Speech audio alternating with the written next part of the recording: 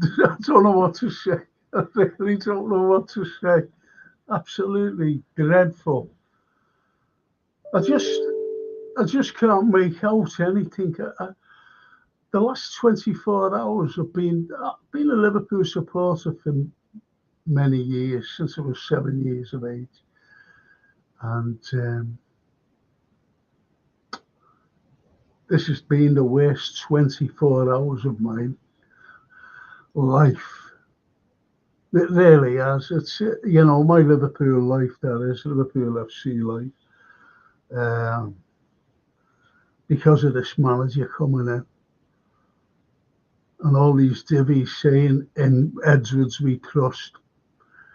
And now tonight. Now tonight.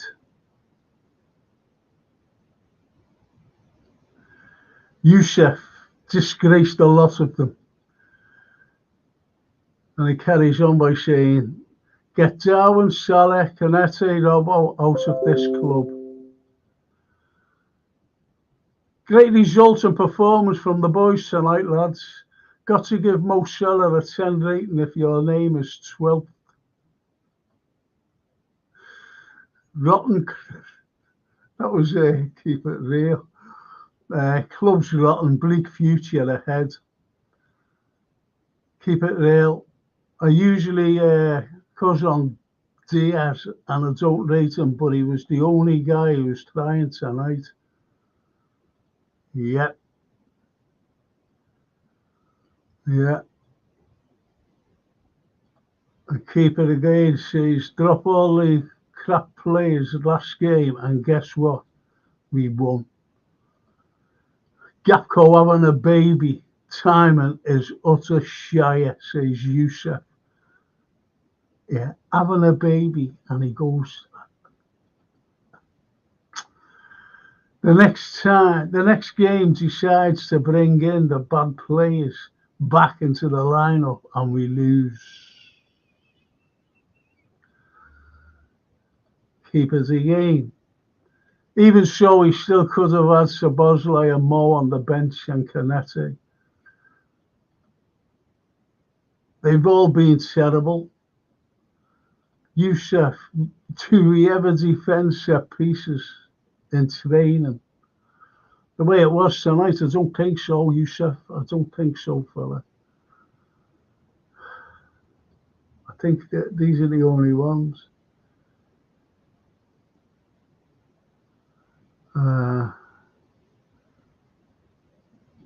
Man United and Everton ends in our hopes.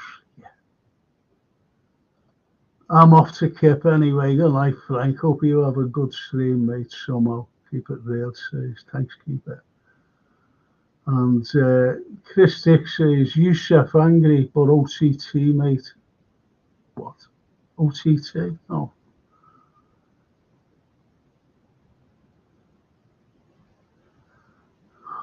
Can't be asked with you, Chris. I'm not being funny, mate. This is about games, Chris. This is about opinions, mate. Keep your opinions and keep them good. Don't be going on. One win against traditional Big Six against Chelsea at home in the league. Yeah. Scottish Bear this was the one match to be careful if it's their cup final and Derby Goodison doesn't have a great record in history. You're right. Getting no fought by this relegation for the team, says Youssef. Yes. I know all about it. No art, no fight, no desire. I said, didn't I, that this was going to be our toughest game because we know what Everton are like. We know what they're like.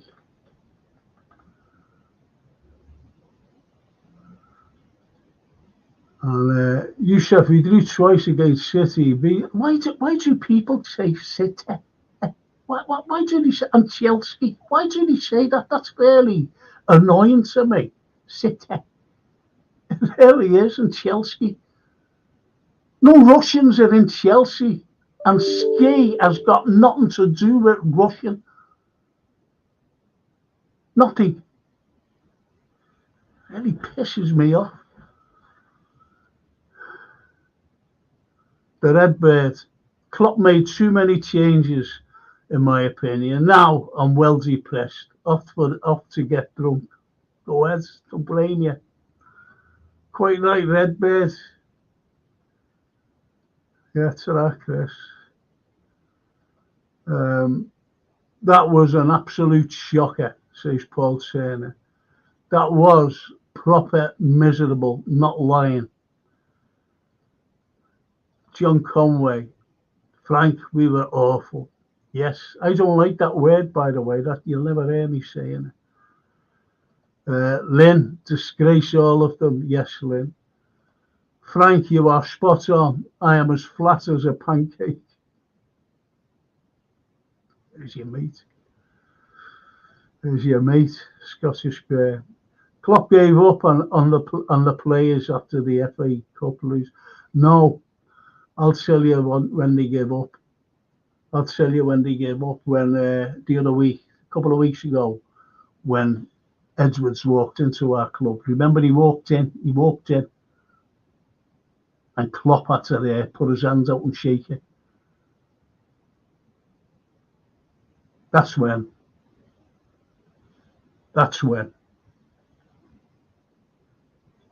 Wasn't that?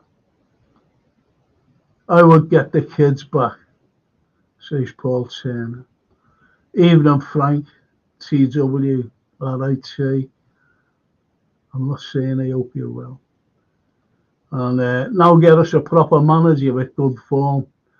And that's Lynn saying that as well. Robert Blundell, the manager and coaching staff are checked out weeks ago. Yes, Robert. Yes. And that's when they checked out, when that Edwards fella walked in. People don't get it.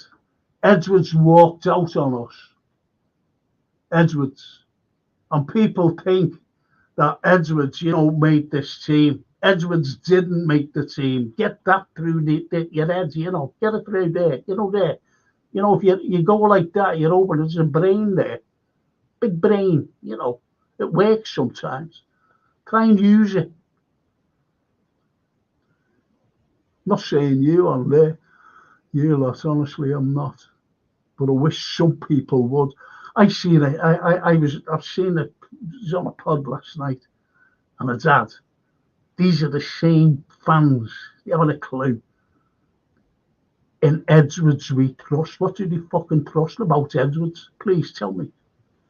Tell me. Fucking hell. Kelvin Lett. Time to get big bucks for Salah. Klopp Linders give another little title away. Loser mentality stay. It's not loser mentality. It's not. I'm telling you now. Need to spend. Knightley, are you serious? Are you serious? We tried to buy 2 players. Klopp tried to buy 2 players to strengthen the whole of the side. And that was a fella by the name of Shumani, if you remember him. And another fella, if you remember this fella, was named Bellingham. And the money wasn't there. And don't no one turn around to me and say, oh, listen, boys, we went after Casino. That was a fucking setup. Bowley is a mate of John Henry. So that, the fans are going, oh, great, look who we scored. Look who we went after before he turns out to be crap. Oh, look who we're going after. It's a big ploy. And people fell for it. People fell when last November when Henry said, I'm selling the club. And I came out and said then, there's no way he's selling the club. He doesn't want to spend money in January. And people said, no, he's selling the club. We're going to have all this money. I said, we're not selling the club. He's not selling the club. In the February, right after the January, he came out and said, I'm not selling the club now. I want investment. Do you remember that? Do you fucking remember that? And people fall for it every time with these owners. Now it's all going back to Klopp. I'm not putting you on, Darryl, Lee, until you stop messing with your head. OTT over the top, says Yusuf. That's not about me, by the way. Klopp Linders, thank God they are. Oh, yeah. All right, stay, yeah. I'm not, mate. I'm not glad they're leaving. Have you forgotten what he's done for us? Have you forgotten? Fuck's sake. Jesus Christ, where did these fellas come from? Where are they? Who are they? You're saying you never walk alone. Klopp Linders still no game plan on how to beat low back. Oh, stop it. Listen to this fella. No art, no fight, no desire, no game plan. Bye-bye this summer. Oh, we must be made up with Slot. He must be made up. Fuck's sake. Okay, now. Where are they coming from? Finally, the fake title charger is over. Champions League place target completed. What do you want, fella? What do you want? Fuck's sake. Diaz plays well tonight. Virgil not a captain for me. Trent is a joke offering nothing. Finally, the fake. Say, what's this fella on about? Jesus Christ. Frank, do you see these owners leaving us anytime soon? Says Yusuf. No. They're making big, big money to buy other franchises like golfers, yachts, stupid things in America that we're not interested in. I'm feeling, even in Frank and others. Thank you, Anfield. I'm really happy that Klopp is going.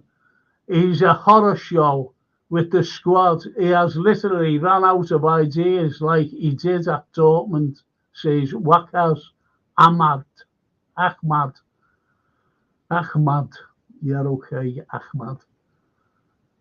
These poor results have been coming since beginning of March. All right, okay. Disgusting that, mate. Played like, yeah, got bullied all over the park. Van Dijk was pathetic tonight. He's the captain and Klopp subs, less said, the better. Only Diaz can escape criticism, says Paul Turner. I've always said, and I stick by it, that our owners are not the long-term solution. Of course they're not. I didn't want them in the first place.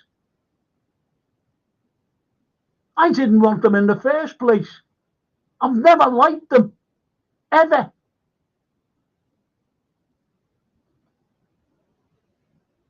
Penny pinching. That's why they're getting this fucking fella in. Slot. Yes, man. And who's the manager? Is Edwards. If you can't see that, you can't see anything. You haven't got one of these things inside, this, like flesh and bone, called a brain. If you believe that he's just coming as he's a yes man. It's Edwards who's fucking this. Stop messaging me, whoever you are, stop it.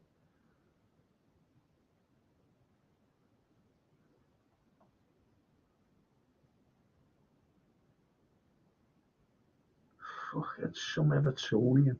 Fucking now. 2-0. Fuck's sake. Nunes' biggest pile of yes I've ever seen, says my sponsor at the Monday show, Andy Gamble, witnessed Andy Carroll was a better player, seriously. Awful performance. Robbie not even getting past the near post with his crosses from corners, just nowhere near good. Thank you. I've been saying it for 2 seasons about Robertson. And because he runs up and down and does nothing, can't even... Has anybody ever seen him fucking tackle? Tell me, hands up. Who's seen him tackle? Robertson.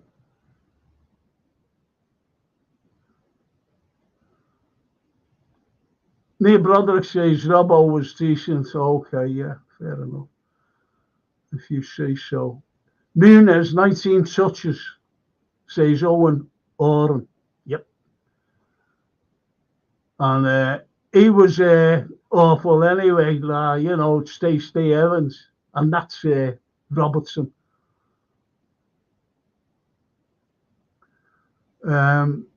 Frank says Scottish Bear, these senior players know the history with Klopp and Edwards.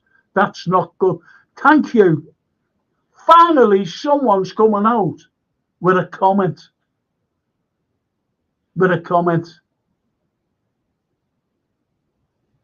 The form dipped the second Edwards walked in the door. I am concerned.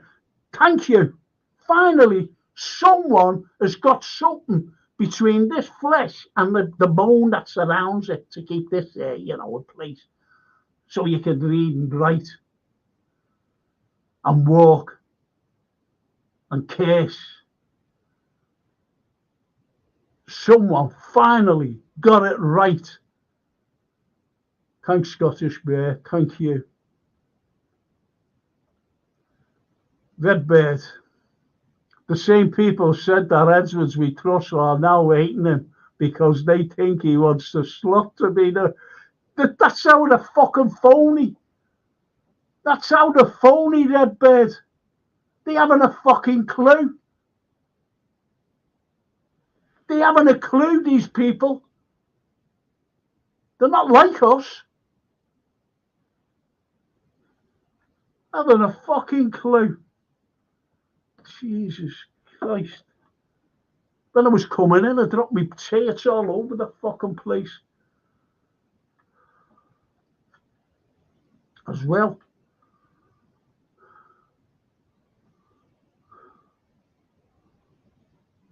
They flip-flop all the time, he carries on to say, does Redbird.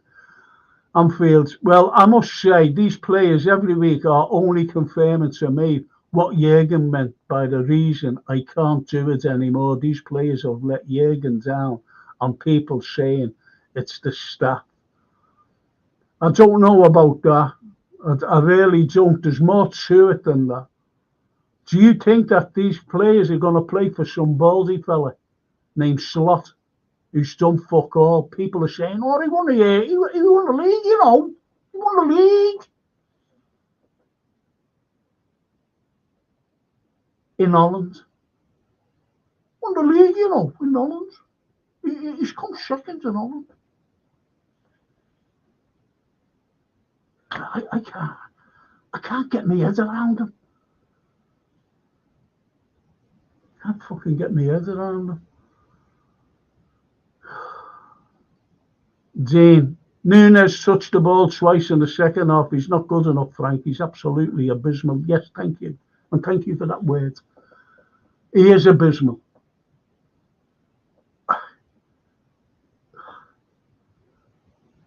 Was it 1-0 or was it 0-0 when he had that glaring chance and he hit it straight at Pickford? Can anyone remember? Hit it straight at him. Only had to put it to his right. Pickford's right, it would have gone in. Jesus Christ. Robert Blundell, Virgil wasn't captain material.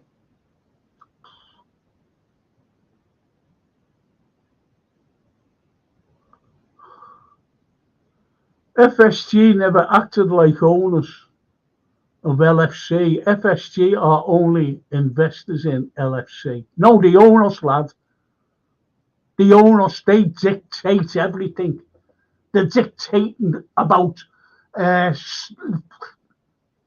Slot. They're dictating about him. That's why, to get rid of Jurgen, he went right behind everyone's back right behind everybody's back. This is John Henry, how to get rid of Jürgen. He's got too much power. He's got all the fans on his side. And he did the same with Kenny. He did the same with him. And the spin. If you can't see what spin is, these are businessmen, these Americans. They're not fucking interested in Liverpool. They're not interested in the city. And I said on someone's pod, so a fella I respect actually, and I said to you, I remember a leaked thing a few years ago, a leaked email by John Henry, and he tried to deny it. He said it was someone in the office when he said, I've got to travel to that shithole Liverpool. Does anybody ever remember that? And he tried to deny it. He said, oh, it wasn't me. It was one of the... Piss off, John. Piss off. We don't fucking believe you, mate.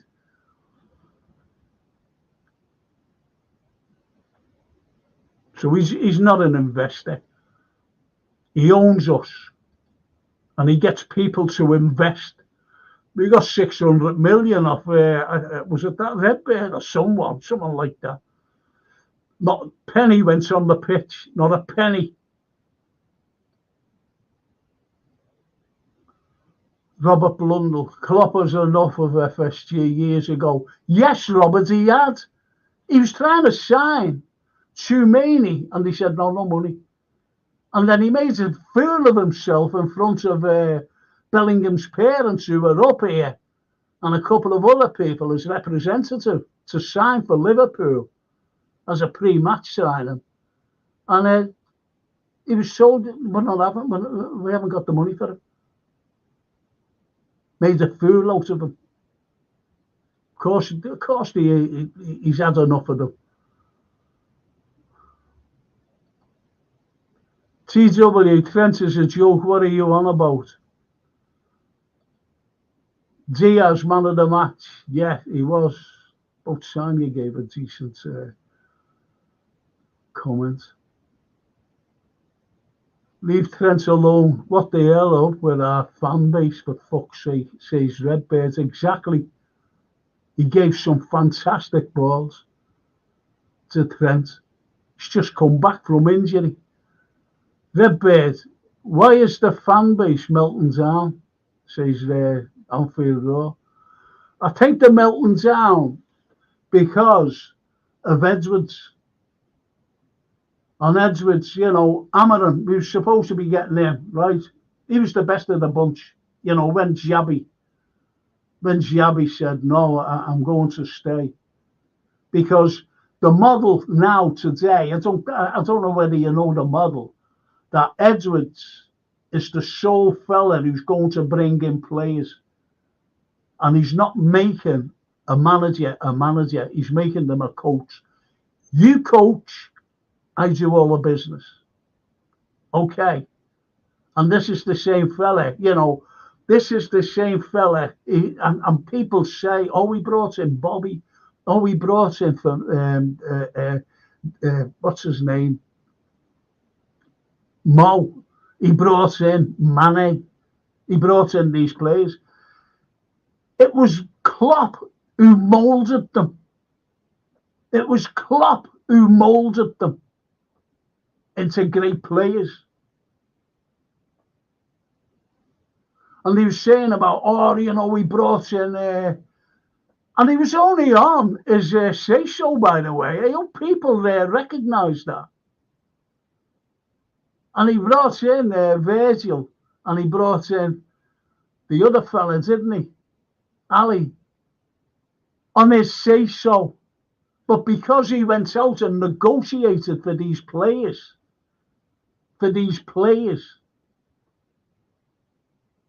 you know, they think he brought him in, and they, you know, and he set them up. Oh yeah, I want you to play there, and I want you to play here. He was just a gopher. Go and see. I want you to look at a player, and I want to sign him. That's all his job was. So we went and seen the player. Try to get him as and FSG would tell him, try and get him as cheap as possible, will you? You don't want to spend. That's why Luton spend more money than us. Luton.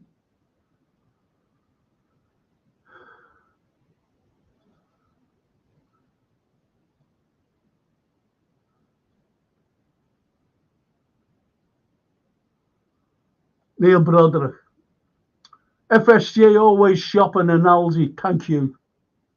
Thank you, Neil. The midfield rebuilds was a bridge too far. 3 new players in midfield with 2 no Premiership experience. Klopp can't keep pulling rabbits out of the hats. We actually overachieved and still only 3 points behind top. Diaz was decent and Robbo has to go. Yes, totally agree. The Glazers might be better than the owners we've got. Of course they are, because I always remember Mourinho when he was my new fan, manager, and he wanted 80 million quid to buy Pogba. He just gave him it. We couldn't get anything off this lot. And yet he just went, yeah, go and buy him.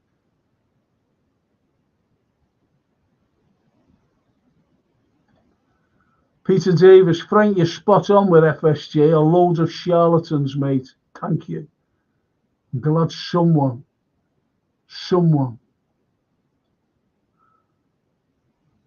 Gary Rigby, I'm gutted that. That was stomach churning. Frank, how did FSG get their hands on LFC when their bid was the lowest? I'll tell you why. There was Broughton, fella named Broughton. He brought him in. He brought that John Henry in. And did you know that he never spent a penny on Liverpool? He borrowed the money off the Royal Bank of Scotland and said, we pay it back, don't be worried, with interest. Never spent a fucking penny. And people are falling over themselves. More Americans.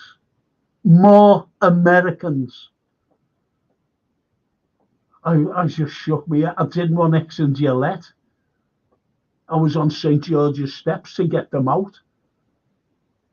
And then, no more Americans, I said. No more, this is to friends of mine. I don't want more fucking Americans. And who did we bring in? More Americans. One of them was, I think he was interim chairman, who was a big Chelsea fan. Forget his name. Was it Broughton? Forget his name. Bring them back in. You'll be all right. Knowing what they were like, American businessmen who scrape off the top. They brought in a fella named LeBron James who owns a fucking baseball. Standing there like that, gets 32 million quid a year for holding a baseball with a Nike top on, and you'll never walk alone. He gets 32 million a year for that. Do you know that? And walks around sometimes with a fucking Liverpool top on. I've got tops there. Liverpool tops. But they give me 31 million? Don't think so. LeBron James. Raw, these are not real fans. Real fans support our team, not hate the players and managers. Absolutely, Redbird. Frank, you love your passion for LFC. Needed that on and off the pitch since March. Listen, Steve, you'll never walk alone, lad. I brought my granddaughter to the game. I've seen the games with my 2 grandsons. I've never seen it with my little granddaughter, who's a little red and loves most salad. And she sat there with me in the main stand against Southampton. And I'm shouting away. And she said to me, Grandad, what are you shouting for? I said, that's what you do when you're here. You shout at the referee and everyone else. And you shout, come on, Reds, get in there. Get stuck in. And she said, but these people around us are not shouting. I said, because they don't shout. They just sit there. They're all corporate people, sweetheart. She didn't know or understand like what corporate people were. But that's the point. I do shout. You'll think I'm a lunatic in Naples when I go away. They show the games on a Sunday there, you know, and it's, oh, here he is. So you're right there, Steve. Robbo's crosses are dreadful, says Yusuf. They have been for a couple of seasons, Yusuf. You're spot on about Robbo, Frank. Thank you, Redbird. I don't think I've ever seen him tackle. Should have been sold, says Steve, in 2020. Yes. Redbird, I'm not surprised, to be honest. The fan base is getting a little disappointing now. Yes. Yes, they are. Especially when I seen in Edwards, we trust. Do you ever remember when the same fucking people were saying, in Hudson we trust? Do you ever remember that? And the Irishman, I never mentioned that fella's name, but you know who I mean. In the Irishman we trust, but saying his first name, not his surname. Oh, fucking hell. Now they're saying, in Edwards we trust. Fuck's sake.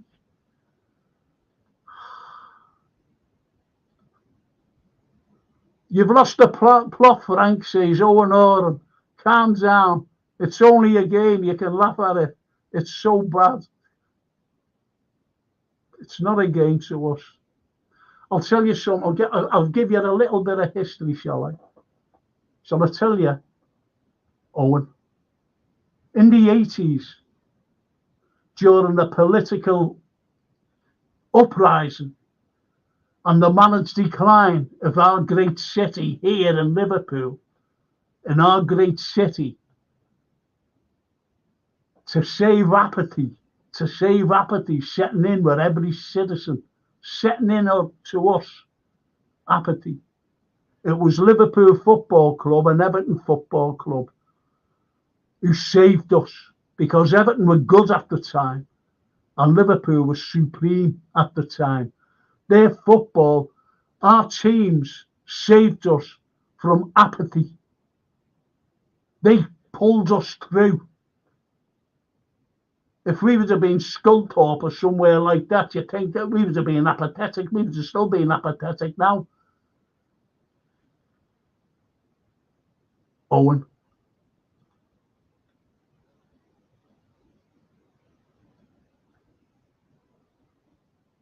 If Slot is a yes man, Frank, then Klopp is also a yes man for 7 years.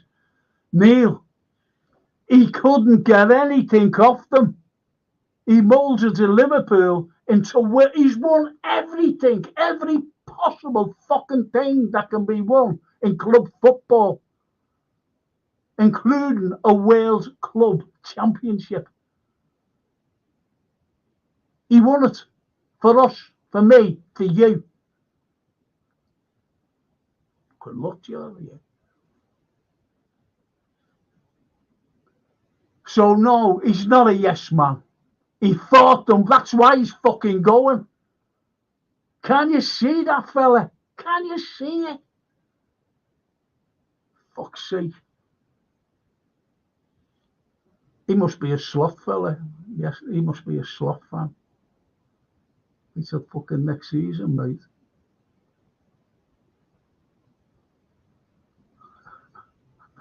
Frank, put your passion in Klopp and Lindsay's players. We will win the title.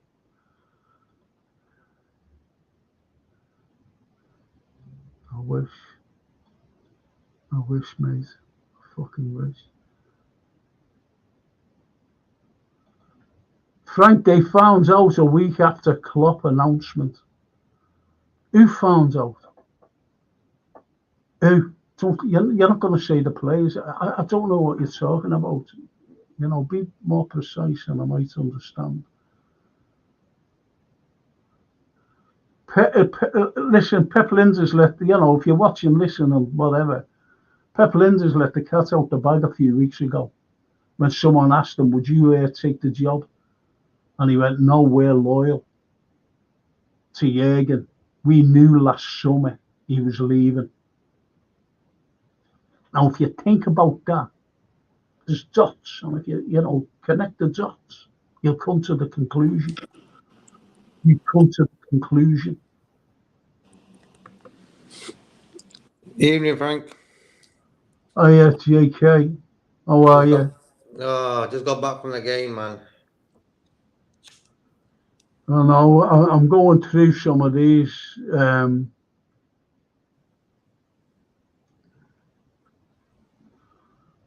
Yeah, 90 LFC, 90 LFC, 90 Fs. You're the man, Frank. I agree with everything you said about FSG and Edwards. Thank you. And there's a few others who agree as well. Thank you, 90.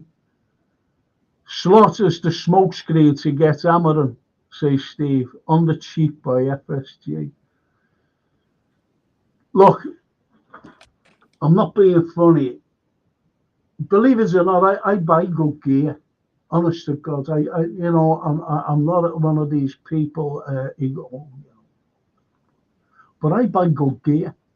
I can show you a couple of T-shirts I've had for 25 years. 25, perfect. Branded, you buy quality. I've got coats. I've got a coat there, an Italian leather coat, down to my knees, and I've had it for 30 years, perfect. I'll have a fashion parade if you want. I'll show you the gear. What I'm saying is, if you buy quality, it lasts. If you buy cheap, it doesn't last. It does not. I've got watches. That one. See that? That's a Breitling, that. Believe it or not. I've got another one there. I've got a Cartier. I've got two Breitlings. Two Breitlings. They last. They last. The quality. And what do we get? Bargain basements. We've got a bargain basement fella coming in. Slot.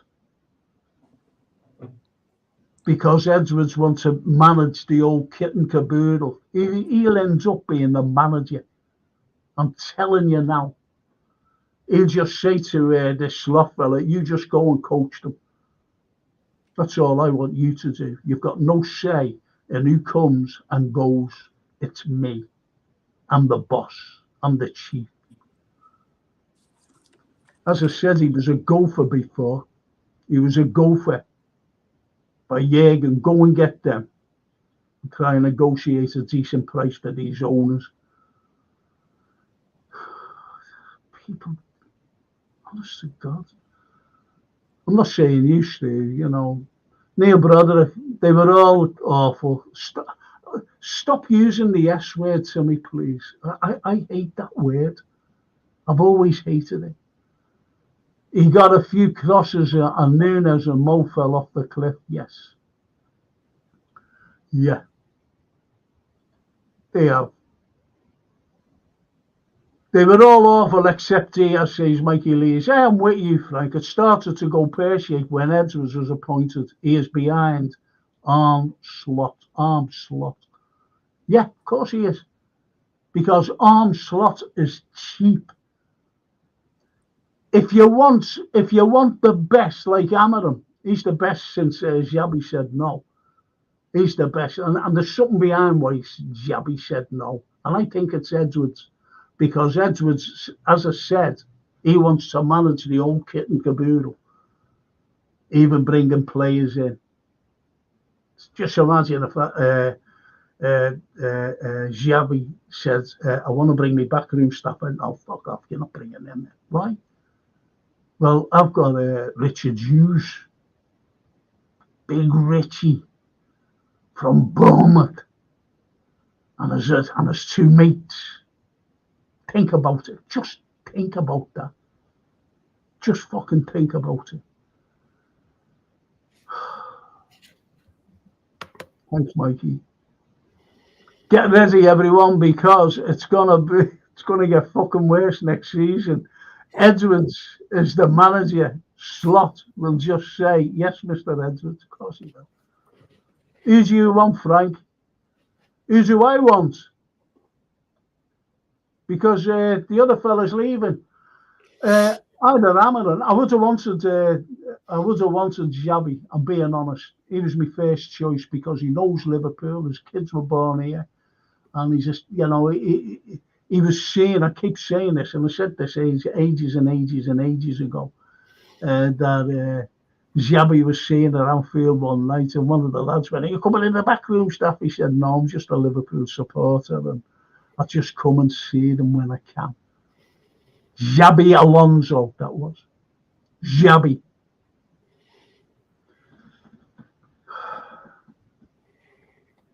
Anyway, I'm going to go to my guests. That's it, yeah. I was trying to think of that before I bed. It was 1-0 when Nunes should have scored. JK, do you think that, it's only what I said before. It was 1-0 when Nunes should have scored. Remember that? When he could have easily have pulled over. Yeah, he should have scored that.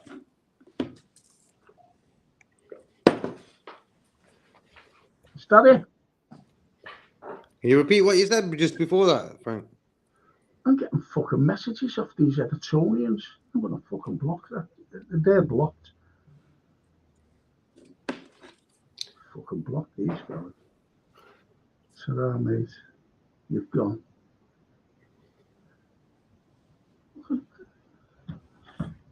It's to me. Nice lad, like, but you can fuck off now. The end of that. I don't know what I said. I'm just talking about FSG. I'm talking about Edwards. That's what I was going on about.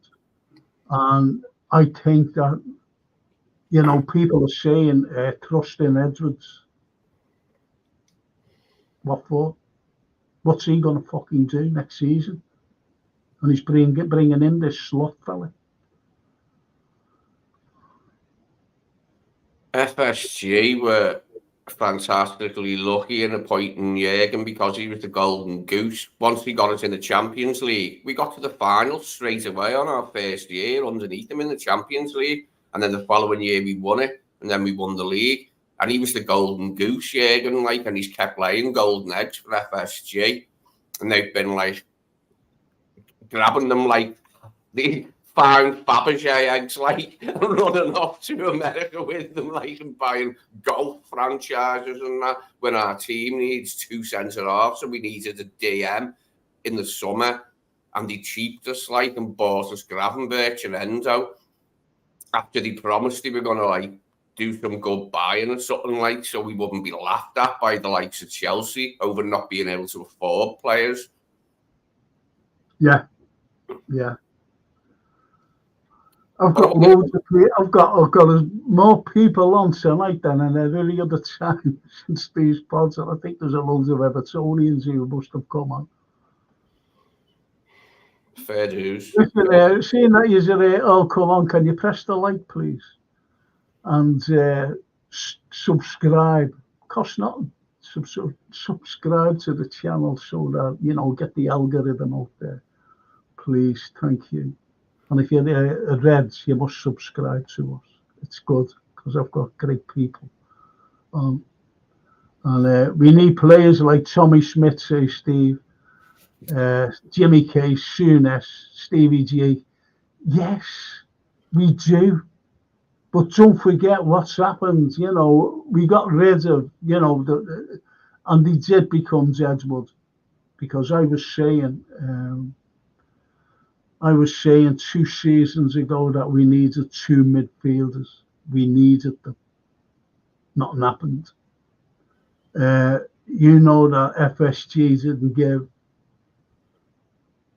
give the money. You know that because he wanted Soumani. They said no to too much money. No to Bellingham. And Jurgen did say them two would have, made Liverpool into another dynasty. And we ended up with, what we've got now: McAllister, Szoboszlai, Enzo. window. Dino, gutters were going out on a whimper. 6 weeks ago we were cruising, and since then, our backside. I want to go out that and saying we've had a good season now. Yeah, Calvin Lewin destroyed Canete tonight. Right, I'm going to go to you, JK. When you were looking at that game tonight, what was your take? From the start, when Canate, for me, wrong choice. 100%. I didn't want him to play. I didn't really want Darwin to play. But Gakpo and Jota missing, we had no choice. I've been a big fan of Darwin all season, ever since he's been injured, let me down big time. But all in all, I wasn't really happy with the midfield. Jones, for example. You're a Scouser, you're born in Liverpool, you and Trent. Get that game by the neck and win it, Jones not doing nothing again. Holds on to the ball, does nothing. A lot of hype went over him, like just before he got injured. Everyone who just got injured were actually on top of the game, hence why we were top of the league. These injuries are now paying like sort of dividends why we've sort of faltered now, you know what I mean? Them injuries are sort of being bad. Look, Jota got injured and it's been downhill ever since. Comes back, scores, and he's injured again. So for me, injuries has always been a big problem at the club. Endo today, not great. He came on a sub as well. We needed him to start, really. I told you, without a decent DM, it always resolves to this, what me and Frank have been talking about for a year or so, that Liverpool need 2 top DMs. Simple as. If we had Paulinho, for example, in the Palace game, in that Man United game, in this game today, we would have won every one game. I don't care what anyone else says. McAllister cannot play DM anymore. The midfield non-existent today. Szoboszlai again, done nothing. I never really moan about the players, but I think today was like a bit of a piss take by them players. It's a derby, You had a few days to sort of prepare for it. What do you get? No sustained pressure. Nothing, For me, Canate was the wrong choice of centre-back to play today. For me, Kwanzaa is a more calmer centre-back. And I've actually trusted him probably a bit more. But Canate set their first goal up with the assist. Yep. What a pass. Yep. Pickford, this is what I said, Everton are not, the Everton that got beaten by Chelsea 6-0 will not turn up in the derby. And we've seen it today. Yeah. We gave them encouragement by giving them that goal. We couldn't have given them an uglier goal. I mean, it was just a comedy of errors, wasn't it? It was yet another attack that wasn't that dangerous, like the one against who was it, Fulham, that ended up in the net when Castagna scored. Wasn't that dangerous, and then it comes back in the box and it's in the net, and you're like, how did that happen? And they kept falling over to get free kicks. Oh, yeah. I was with my dad, who's an Evertonian, and I was going, your players are cheating gets. Talking about Calvert-Lewin and Garner Gate falling over to get free kicks. I was like, your players, mate, are a sin. And my dad was just like, he didn't say anything. He didn't say you're wrong, son, or anything. He just took it because they were. Yeah. Their tactics today was get free kicks and be aggressive. That's all they had. But in a strange sort of way, they actually attacked quite a lot. Yeah, well, you've got to blame us as well. The chances, as I said about that first chance that fell to Núñez, he hit it straight at Pickford. He could have put it anywhere. Right at him. In the corner, bang. Stop messing around. Score that goal, man. Yeah, well, as Ledbetter, I'll just go through a few of these, please. It was Canate's fault for the first goal. What the hell was he doing? You're a defender. Clear the ball. The Anfield Roar. I've never seen a disconnect between our team. As I have since the balls up at Old Trafford twice. As a derby, it was for utter toilet. And Núñez, Szoboszlai, again, Canate, Robertson and Salah, all crap. Thank you, Anthony, as well. Thank you for saying those words rather than the other words. Thank you. Thank you so much. I agree with you 100%. Hey, Frank, I didn't give them 600 mil. No, you didn't. But it wasn't who gave 600. Who invested? Was it Redbird? Well, they are Redbird, isn't it? Is it I think they Blackburn? own part of AC Milan. I think they own a part of AC Milan. And Frank, the hatred for the city of Liverpool is unbelievable. And I don't know why. It's stomach churning, something weird going on. Oh, there's K-Mac there. K-Mac, come on, please. Isn't it weird? Big up everyone, by the way.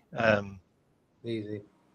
Isn't it weird that when it comes to the real crunch, we fail, and we just have done repeatedly, years and years and years, under many managers.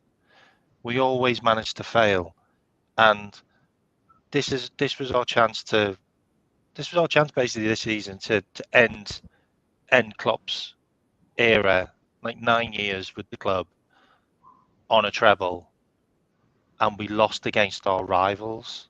Like, we lost against the teams that really hate us, that really want to win against us, and we couldn't be arsed to put up a fight. Couldn't be arsed to put up a fight, because that's what it looks like to me. Can't be arsed.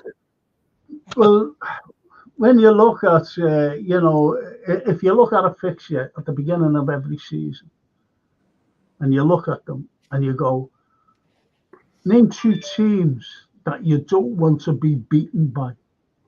You don't say Manchester City. You say Man U. Every time. And you say Everton. Yeah. Did you see their crowd when the cameras kept going on them? I've never seen so many topless men. It was like that movie with Robert Carlyle. Yeah. The full Monty in the crowd in the Gladys Street.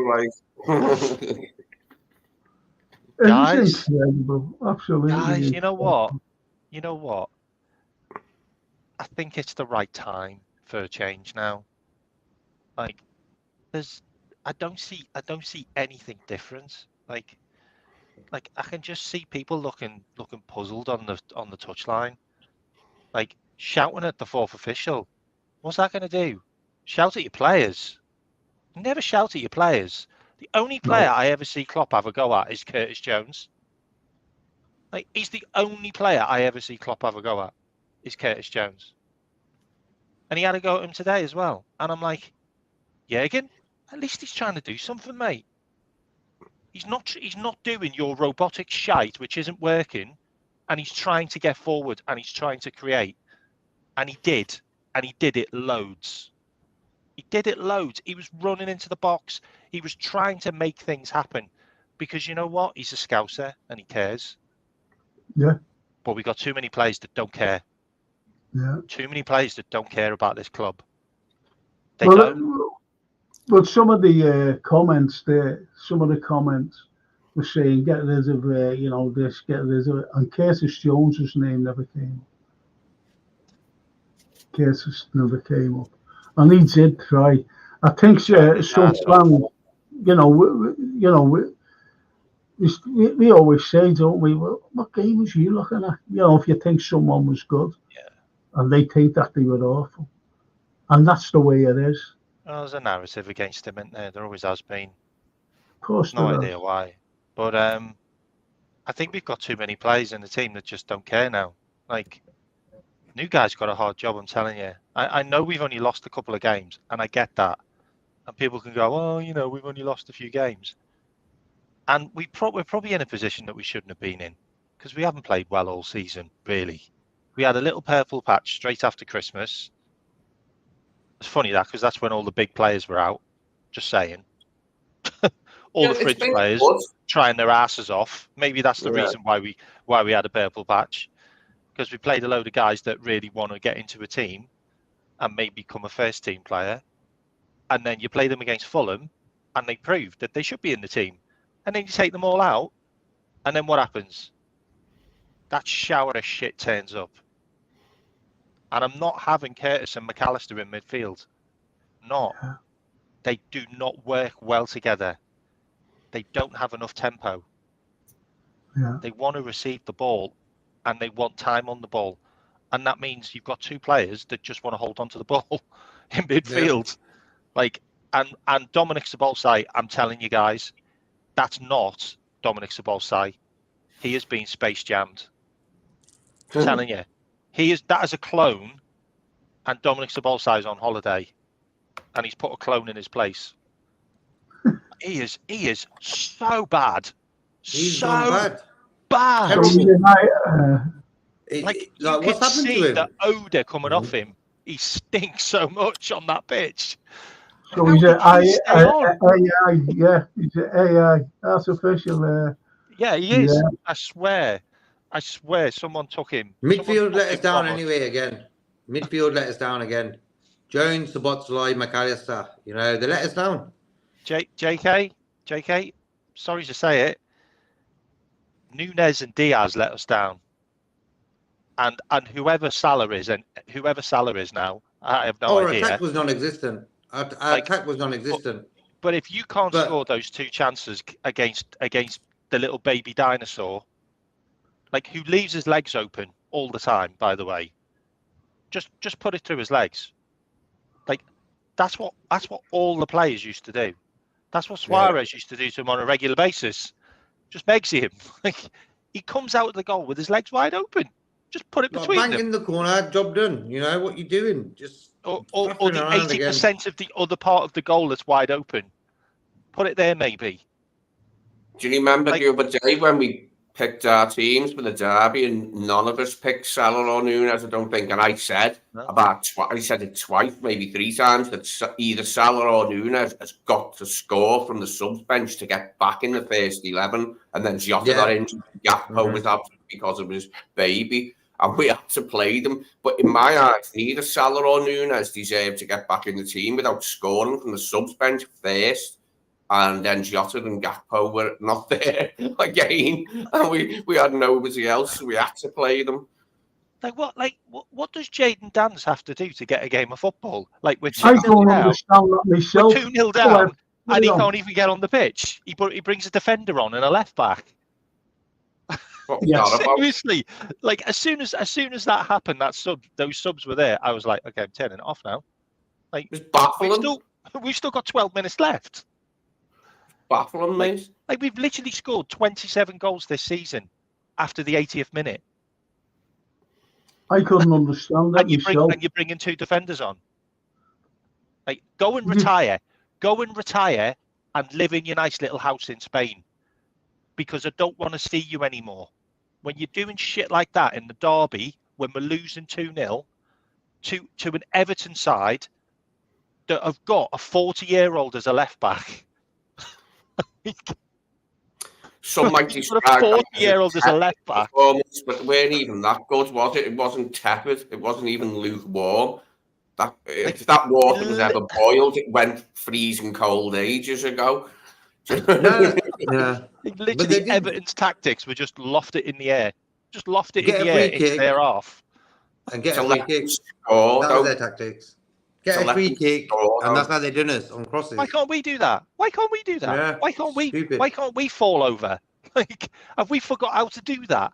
Because guess what? We've got a guy who can put the ball in the top bin from free kicks. Yeah, I that's what I was watching, and it was so frustrating to see them go down. But the fucking referee, he was like that, just blowing up foul the whole time. And our players were going mad. Yeah. There was one against Diaz, and he won the ball, and the fella fell over. Forget who it was. And that's a Corey. What a horrible person he is. Well, just like, it's a derby. Have a bit of shithousery about you. Nothing. Absolutely nothing.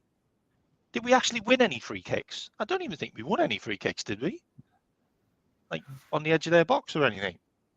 Oh, that's why. That's why we didn't win any, because we kept on lofting the ball in.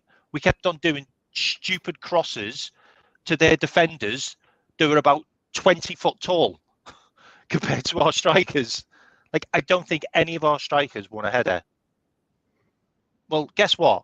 If you're not winning any headers, stop crossing the fucking ball. and stop giving it to Robbo to cross, because he's never going to hit anyone. He can't cross him, Robbo. He can't. He can't cross him. And I've never seen that fella tackle. I've never seen Robertson tackle. Because he doesn't defend anymore. He doesn't defend anymore. Fucking awful. And everyone's like, I'm in some of the chats, and everyone's like, "Oh, Robbo's our best player. He's got so much energy." I'm like, "Of course he's got energy. He hasn't played all season. He's been injured for half a season. Of course he's got energy. He should have."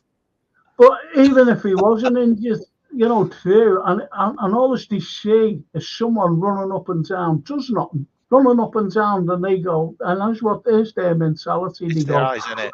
He's, he's there, he's always there. Just fucking nothing. And like they say, remember when FSG tried to trade? Yes.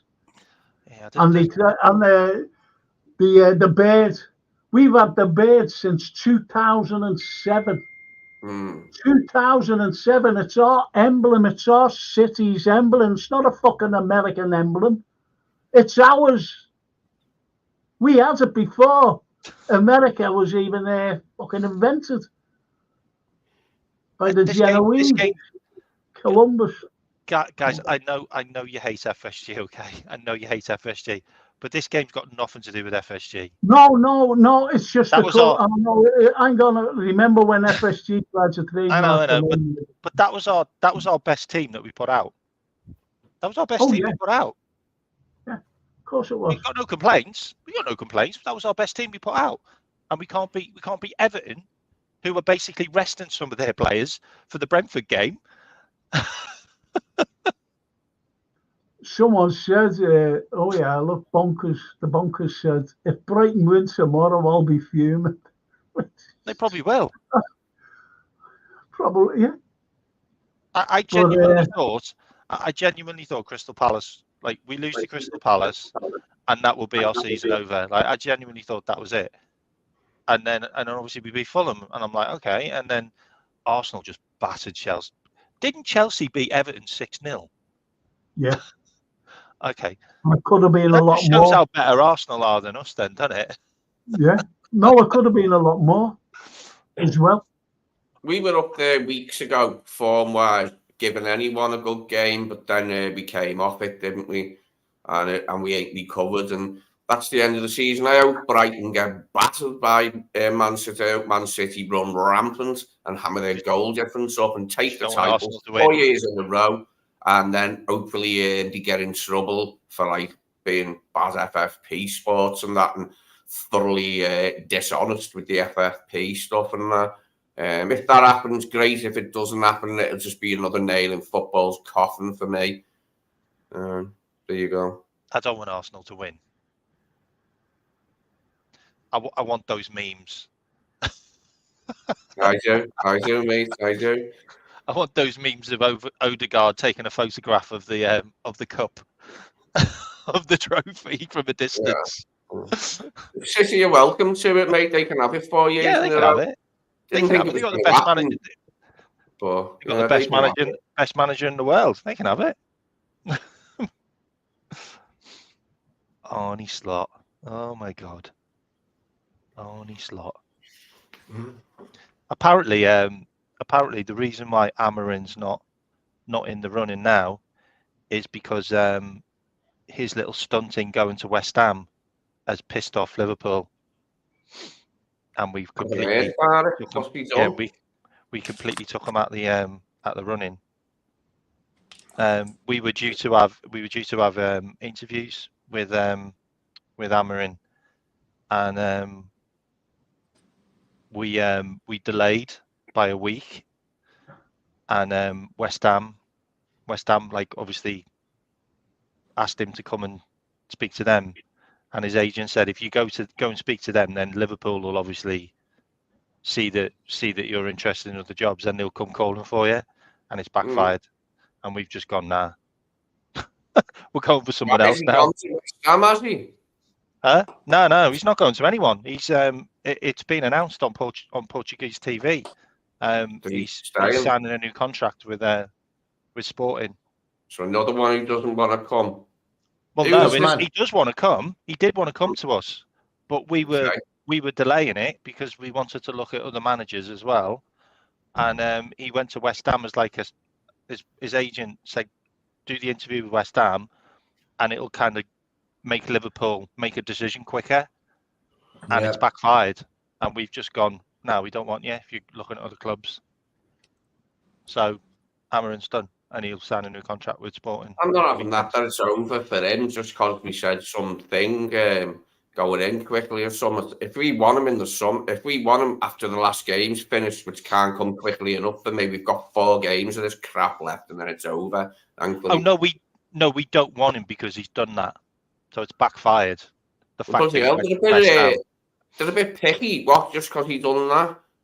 Yeah, I'm not bothered. I still want him. Like, yeah, they came up.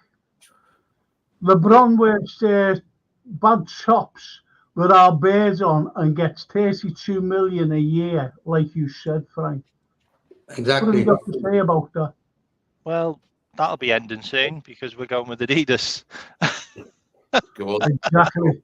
No, but do you think that is an absolute disgrace, though? I don't really care, to be honest. Like, I've actually bought the Liverpool jumper, the LeBron James one with the tiger on, the black one. I actually bought it. I think it's really nice. Like, I don't like the kit. I think the kit's like looks a bit like a basketball kit. It looks a bit weird. I don't like it. But I don't mind the Nike gear. Like, I'm wearing a Nike jacket now. Like I like the Liverpool merch. Like, but if I'm buying this stuff and I know that I'm supporting us buying players like Nunes, then I'll stop buying them. Well, I've got to be honest though, guys. I've got to be honest. All our players are shit that we've signed. Like, they just are. Like you can literally say like the last 5 players, you could easily go, you know what, I'm fine with them. I'm fine with them being shipped on next year. Like, they've been terrible. No, McAllister's a bit of a McAllister. I think McAllister was a Julian Ward signing. If I'm honest, I think that makes no difference. That's a committee. Does that include? You said who we signed, 5 players who we signed need to be moved on. So there's probably 5. There's probably 5 that have been. Does that include McAllister? No, not McAllister. Not yet. I think McAllister's a good player, but I mean, you don't really need a scouting committee to sign McAllister, do you? Type situation. You don't really need a committee to sign him. He won the bloody World Cup with Argentina. Like,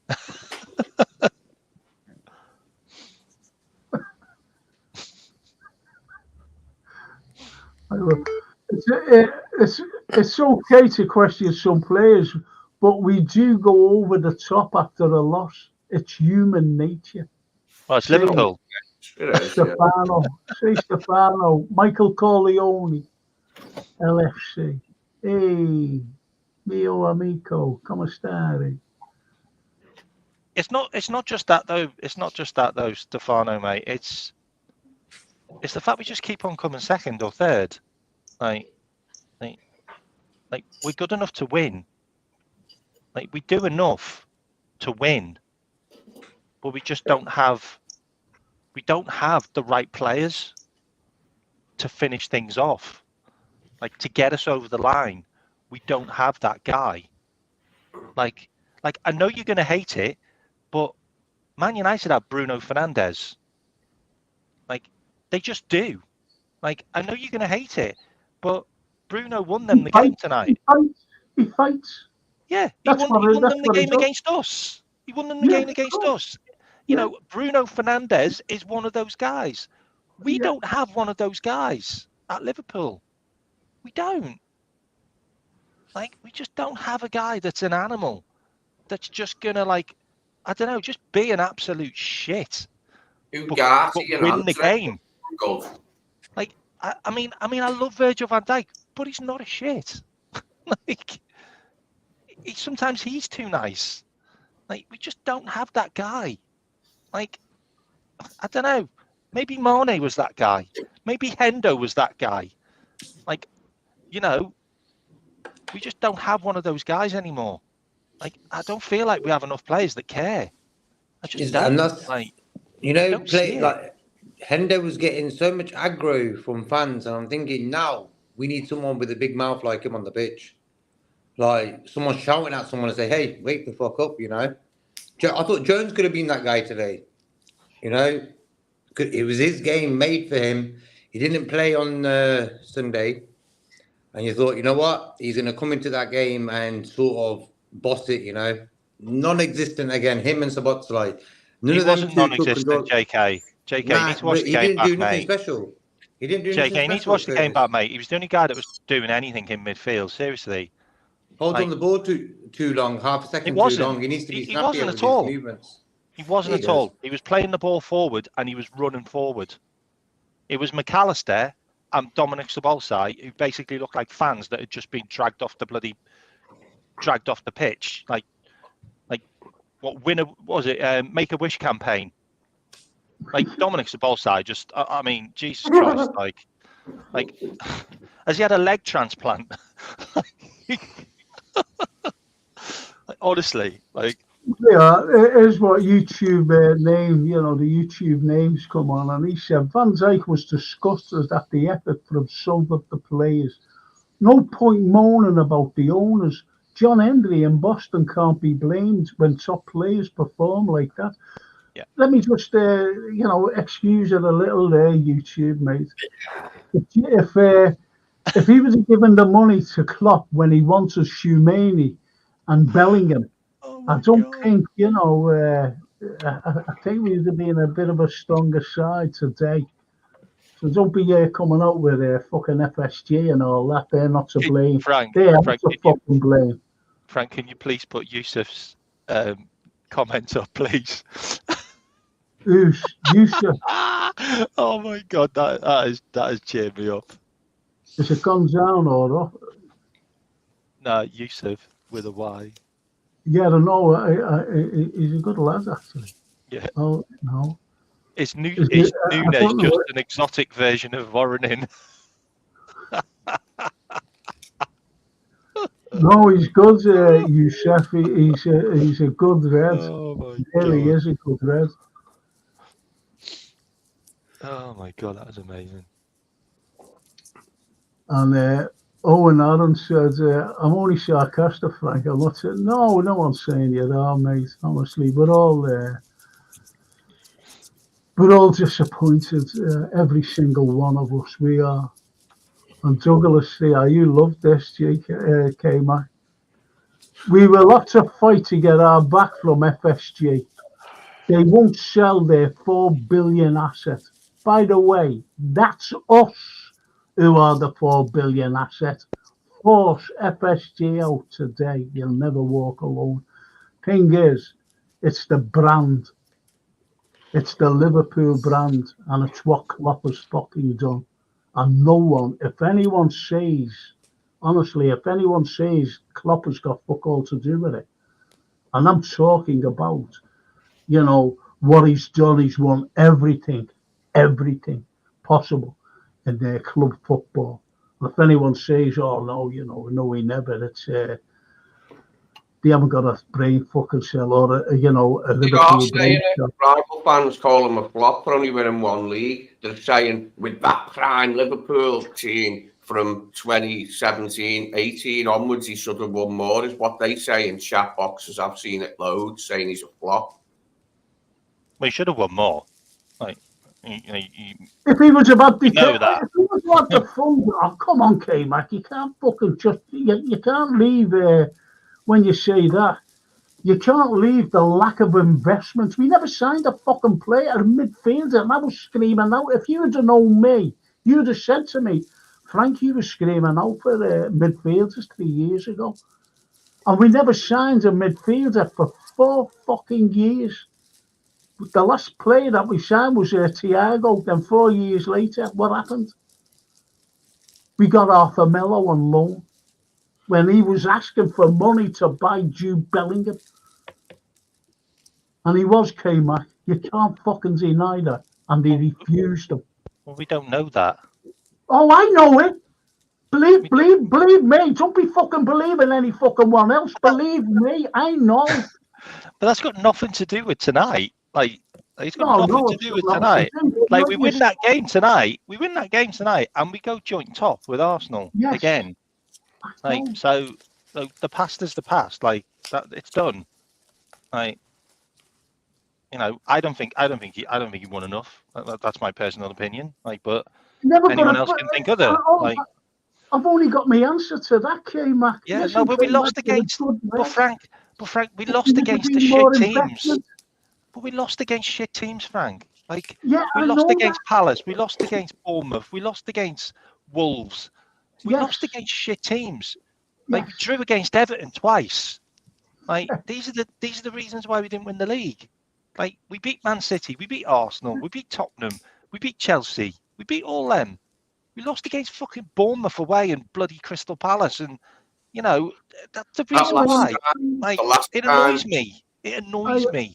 The last time we lost the league by a point in 2022, I was going through a heavy drinking period, and I got up really early that day, and I got a taxi to Bargain Booze, and it was a Man United fan who's been picking me up regularly, like about 2 years ago. He's from York, of all places, but like he knew all places in Manchester. He was all right. We had a laugh, and I was saying, "Oh, I missed the days where it was us and you, like, were the biggest rivals." And then the next season, they went and finished above us, mate. And I thought the foolish words that came out of my mouth, pretending that crap, that I missed fighting with Man United for stuff, because I didn't. I was just being nice because I was drunk and in a spirited mood.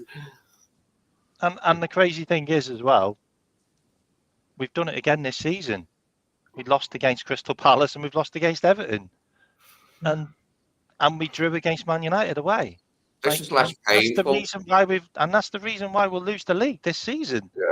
Yeah. Like, this is less painful, like, though. Unfortunately, you know, I'm not blaming FSG for that. I can't. Like, well, there's Ian McHale agrees with you about what you said before. Even and everyone gutted about tonight. In the efforts by a very poor effort by some players, Canate, Szoboszlai, Nunes and Salah walking around, no bite in any tackles, piss poor. So some 50-50s they walked away from. I say nah. I'd be happy to see Canate in a PSG shirt, like after we play Wolves, like a week after we play Wolves, see him in a PSG shirt in the paper with Nasser Al Khelaïfi. It'd be like, get in. Get our money back and buy someone who'll be fit. Yeah. That's basically Matip 2.0, isn't he? Yeah. Right. 3 games injured. That's it. Well, that was it. And people forget that, you know, K-Mac. Because when he first came, he was always injured. Yeah. And he got called up here in Liverpool, Weetabix legs, because he was always injured. Then he had a season where he was all right. And I mean, played well. Now there were even young Betatic. Some fans are saying, why don't we give Betatic a chance? He hasn't fucking played.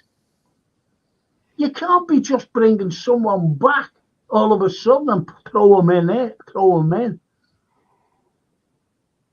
I just felt like today needed more Scousers. You know, needed more Liverpool fans on that pitch. There's no heart in it now. Like, derby doesn't feel like a derby, does it?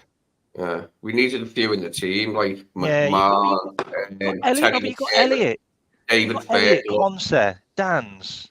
Like, you've got 3 Scousers there. Like, you know, even though they're not Scousers, some of them aren't Scousers, but they're Liverpool fans. Like, they would have ran through a brick wall. What did you think of the game, Brian? Evening. How are we doing, lads? Evening, Oh, Brian. Brian, where's he? Oh, there he is. Been here for a while, mate. I'll be there, mate. Didn't even know you were on.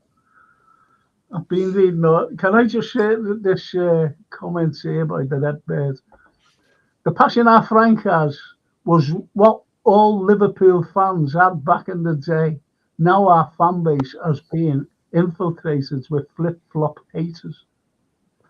If you ever look back, you know, when it was, and it was all around the ground, it was unbelievable. It was incredible. The sounds, everything.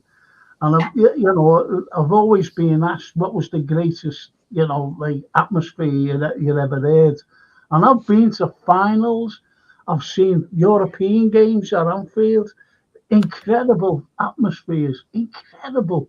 The greatest atmosphere. It wasn't the Chelsea semi-final or anything like that. Or even the quarter-final against Arsenal when we won 4-2. With 6 minutes left, we were going out 2-2. We were going out. And Babel scored the fourth. That was it. Put the icing on they put the cherry on the icing. And it was San Etienne. What I'm saying is, that's when no corporate, no fucking corporate or anything like that. It was all pure, unadulterated Liverpool fans in that ground. And remember Shankly when he said the cops sucked the ball in. That's what it was like. And as Redbird says, and he has, I've got nothing against our outsiders, by the way. I have nothing against them. I embrace them. But I think too many corporate people, as my little granddaughter said, at the Southampton game last month or whatever the fucking was now, and said to me, what are you shouting for, Grandad? And I said, that's what you do, sweetheart. You shout at the referee, you shout at the opposition, and you shout the lads to go, come on, get stuck in. And she said, but no one's shouting around here. And we were in the main stand where all the corporate people were. And it just shows you an 11-year-old little girl saying, these are not shouting, why are you shouting? Think about it. Do you know what, Frank? The best games I remember, the atmosphere weren't even big games. It wasn't like the FA Cup semi-final or the European semi-final or anything. They were just games. Like if Fulham in the League Cup when we won 10-0, that was just a boss atmosphere, and you couldn't help not laughing at the chants and that at the keeper. That was 86, 87. On our way to lose at Wembley against Arsenal and Charlie Nicholas's two crummy flukes. But yeah, that was probably the best one for atmosphere because it was just dead funny. The Cop was a riot, the Standing Cop. And I've got loads like that weren't like big, decisive games that I remember. I remember because we battered someone, but Fulham were like second division then. But it's funny anyway. Best game I've ever been in was the Man United 3, Liverpool 3 with the Neil Ruddock equaliser in the 92nd minute. I missed that. When we went 3-0 down at half time. Yeah. Nigel Clough 2, Neil Ruddock equaliser. It was voted like one of the best games of all time. Yeah. I remember being in the Cop and literally being lifted off the ground and moved about 20 yards without not even knowing it. And then the next minute I'm like, how did I get over here? yeah, that was great. That when you get lifted up and moved like 20 yards away from where you've been standing. You literally just picked up off the ground. Oh, Jamie Phillips was being looking in. I didn't even know. And he said, when you say quality gear, I thought you meant something else, Frank. Oh, yeah, I know what, yeah. Well, we'll see, like, that's shocking, man. Never even knew he was on. Never even knew he was on. And, looking in, I mean, Dorothy, who is Arne Slot? Sounds like something out of Disney franchise. Don't Liverpool deserve someone better than this? K-Mac. No, I won't. I'll go over to Brian. Thanks. Yeah, I'm coming back to you, though. Don't worry. I'll take the bullets. Yeah, here we go. What do people? You're what? taking bullets. Yeah, who is Arne Slot? Sounds like something out of a Disney franchise. Don't want to. Do we deserve better? So This, Liverpool deserves someone better than this. That's what she said. And she's a lady, by the way. She's a lovely lady. This Dorothy. Well, do you want me to answer literally? Like, he's the Feyenoord manager. He's I want you not from to a answer, Disney yeah. franchise. I just want you to Yeah. answer. But I don't. I reject the question. I don't like that. I think that's a disrespectful way to talk about it. Why is it? Why is it? It's a comment. That's what this show's about, Brian. Yeah, but We he's. talk comments. We answer comments. But it's who is Arne Slot? He's the Feyenoord manager. If no one's ever heard of him, I mean, I can't help that. I'm not saying I knew who he was Did you 2 know years ago. No, Did Frank. you know He asked me. No, Frank. No, he asked me. I didn't know who he was 2 years ago. About 3 weeks ago, I heard about a year ago, I heard his name, and he had Arne Slot. It's the kind of name that you don't forget. So I heard it because he was mad. So I heard his name about a year ago.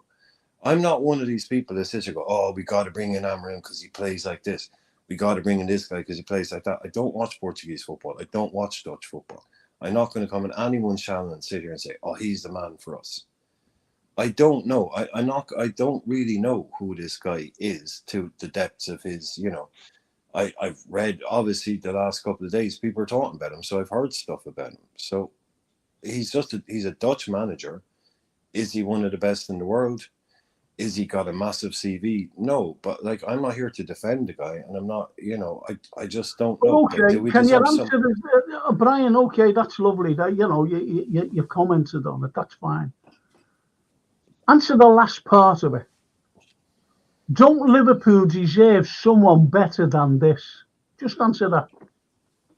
Yes or no? Better than Slot. That's what she's saying. I would prefer if Liverpool brought in a manager with the kind of CV that everyone would like us to bring in. That has someone you can nail their hat and go, he's done this and done that. But I just don't see who they are out there. I think we burned our way through. We've been knocked back by two guys that 2 years ago most people didn't even know were managing football clubs, i.e. Xabi Alonso and Amarim.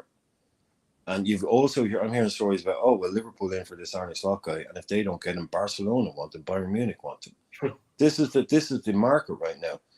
The market is full of guys we've never heard of. There are all these young coaches. The only CV-heavy managers out there right now are Mourinho and Ancelotti and Conte. They're the only three I can think of off the top of my head. It's a matter of time.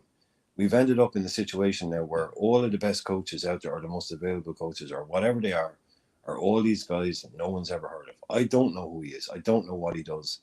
I don't know anything about him. I don't know anything about Amarim. I don't know anything about Thiago Motta. I don't know anything about these guys. Well, okay. I'll answer that question because you're going around the world there, I'm afraid. But I'm not going to say we deserve better than this, because that's disrespectful to someone I don't know anything about, because I don't know how good he is. And who are the people saying we're going to get Alonso? Can I answer this? Hang on a minute. I'll answer it. Don't Liverpool deserve someone better than this? Yes, Dorothy, we do. We do. And if you want, I mentioned, so I gave an analogy before, I'm not going to go through it. If you want quality gear, you buy it. You buy it. If you buy into imitation, it doesn't last. It doesn't last. That's what it's all about. It doesn't last, like that fucking Hodgson fella. Like that fucking Rodgers fella. Doesn't last. It doesn't last. And you've got people saying in Brendan we trust. Fuck off. He's going to cost us 14 million, Frank. I said it then. I said it about Hodgson. And I'm saying it about this fella.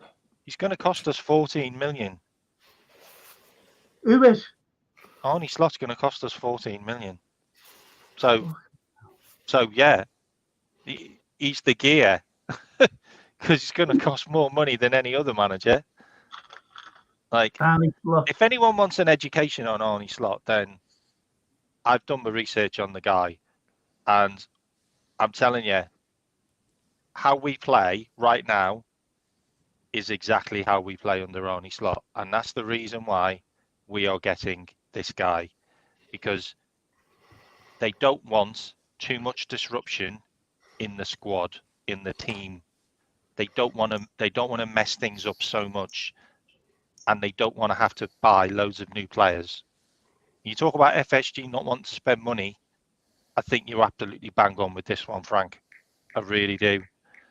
This guy is a really good mate of Pep and Linda's, and they talk about tactics and the inverted, and they go back a few years, these two.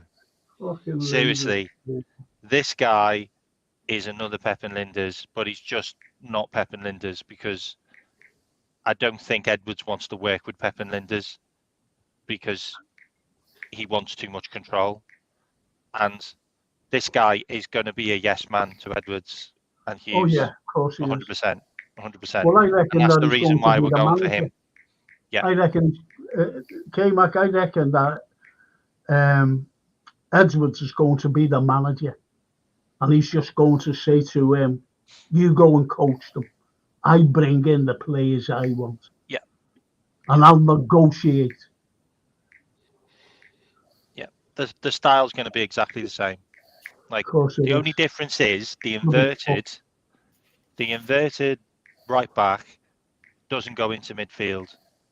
He goes into a back three. Yeah. That's the difference. He goes into a back three, and instead of having the wingers come in. So they come in as like number 10s. So Salah's not going to work in this team. I'm telling you guys, Salah's getting sold. Salah's going 100%. There's going to be a few players that are going this season coming up. I'm telling you. Like, don't be surprised to see some big names leave Liverpool FC. Like, it's the money. The money will have to be self-generated to buy new players.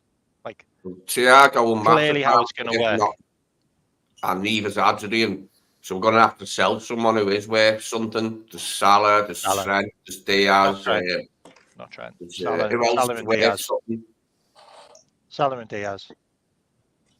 That's why they're being talked about. That's why they're being floated.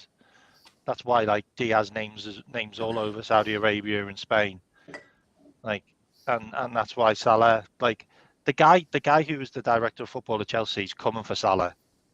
Like, he's coming for Salah, Michael and Emelo, and he wants him. He wants him in the Saudi League. And quite frankly, like, the way this season's petering out with him, I'd say half the fan base are probably going to be like, yeah, cash in. It's 100 plus million, 120 million.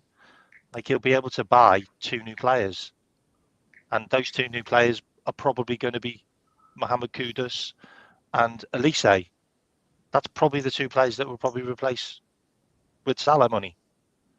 Like, they're the ones that we want. Like, they're the ones that Edwards wants. Like, Elise's been doing it for like 4 years now. Kudus we probably should have got, if I'm honest. Like, it's just, there's going to be a bit of change. But Arne Slot has definitely got the pedigree, like, so far as a young manager, to be going places. But for me, I want a good manager. I want a great manager. I want a manager who's won like leagues and European trophies repeatedly. Like, that's what I want, and that's what we all deserve. I'm going to fucking mention this. I've got to mention this. I'm sorry. And it's people who believe in fucking spin, and they can't get that. I don't think some people haven't got a fucking brain cell in their head. Nonsense. They wanted Madrid. Bellingham said as much last week. Well, what do you fucking expect him to say, fella? Do you expect him to say, I wanted to go to Liverpool, in Madrid, playing for Madrid? Do you expect him to say that, for fuck's sake? Frank, can I just say something about Bellingham? Because I know something about Bellingham that nobody else probably does, and I've said this on a couple of shows. Yeah. I've got a mate whose mate plays football with Bellingham's dad. Yeah. In like the Powerball League or whatever it's called, and he has been for years. Bellingham never ever wanted to go to any other club apart from Real Madrid.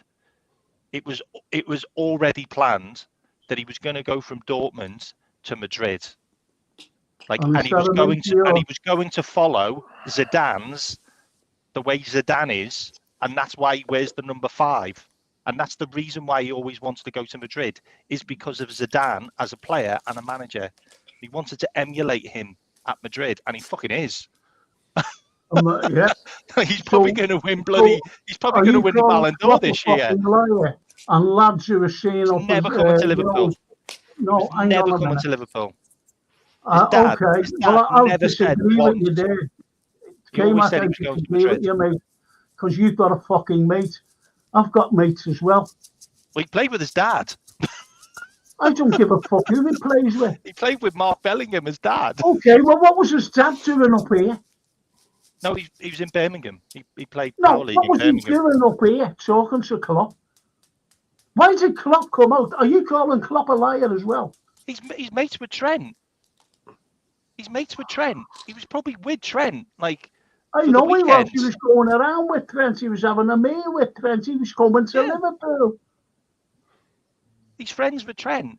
He's allowed to be. He's allowed to come to Liverpool if he wants to. Yeah, if Ancelotti likes Trent and he says, I'll have Real Madrid's money for Trent, because that'll give us some money. Sell him and Salah. We'll have Bradley, and then we can buy Kudus and who was the other one you said? Kudus and Elise, yeah. Kudus and Elise. And we'll just have like Bradley and Gomez as right back choices, don't we? And look, the Scottish lad's got to come back as well. Don't forget him if he ever gets fit. Which one? What was his name? Ramsey. They're both injured. Ramsey.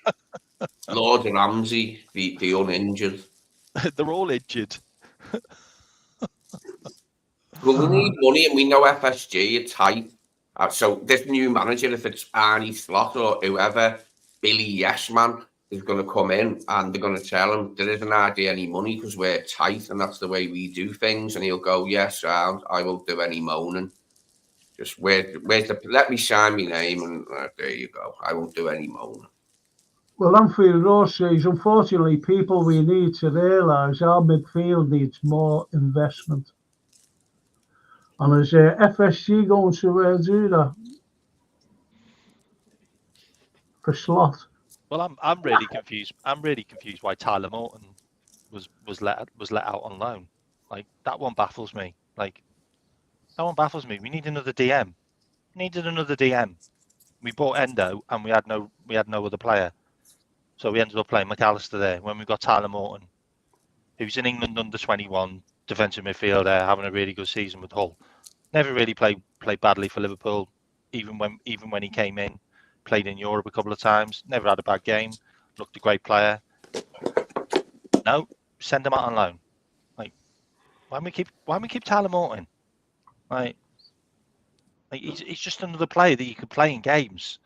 You don't have to play Endo in useless games or McAllister in bloody rubberneck games in Europe where you burn them out. Like, yes, play Morton there. Totally agree there. Honestly, that Union was it Union? Yeah, I mean, it wasn't just Union. No, it was like, wasn't that the game that Canate got injured and he's been crap since? Like, when he got injured against Union. Yeah, absolutely. No, it wasn't. That was Prague when we were winning like 5-1, and you played Virgil van Dijk. Like, yeah, it was 6-2. It was 6-2. 6-2. And we got Virgil van Dijk on. Van Dijk on. I thought, honestly, mate, like some of the decisions this season have been really bizarre. That's the word, isn't it? Well, anyway, that's the way it is. But we can all argue, we can all have opinions, and I just can't believe we're out the league. Really, we're out the league running because of Crystal Palace and Everton. Like, seriously? I can take it if it's like that goal to Everton Arsenal and chasing them. Tottenham and Chelsea or someone like that. But really, Crystal Palace at home and Everton, which is basically at home, it's like 800 yards away. I'm glad it was an horrible rubbish goal that put them 1-0 up, because like it just makes it better and easier to deal with. You know what I mean? It's just like, yeah, that's us now until the end of the season. That's the way it went. But Lee, we'll we've be back, conceded- mate. we've I'll be conceded. positive again once the season's over. But Lee, they're all the goals we've conceded this season. They're all exactly I know, the same. I know. That's why I want 2 new centre-halves, and Canate ain't one of the 2 that we keep. Quansah and VVD are.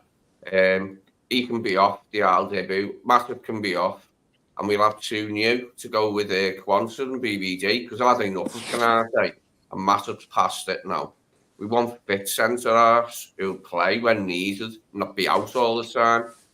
And want a defensive midfielder and want a replacement for Mo. Well, all right. Yeah, All right. Let's get some of these lads in here.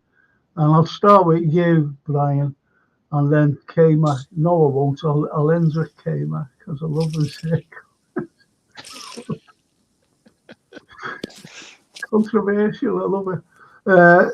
Richard Hutchinson. Why didn't Klopp use Dan, Gravenberch, and Clark instead of Quansah, Tsimikas, and Gomez? We need to win to challenge for the EPL.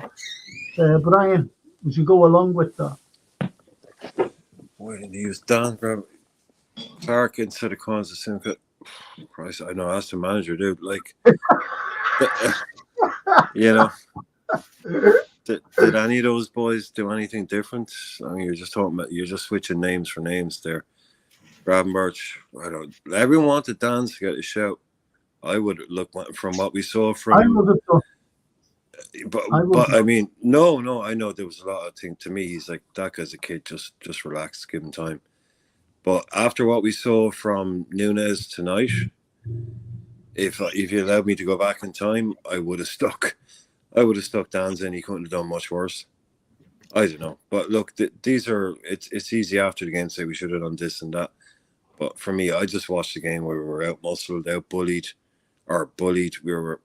We didn't win physical battles all over the pitch, and we allowed ourselves to be dominated by a team that's inferior to us in every way, pretty much. And we lost every battle, lost headers. We made them look like they wanted it more than us.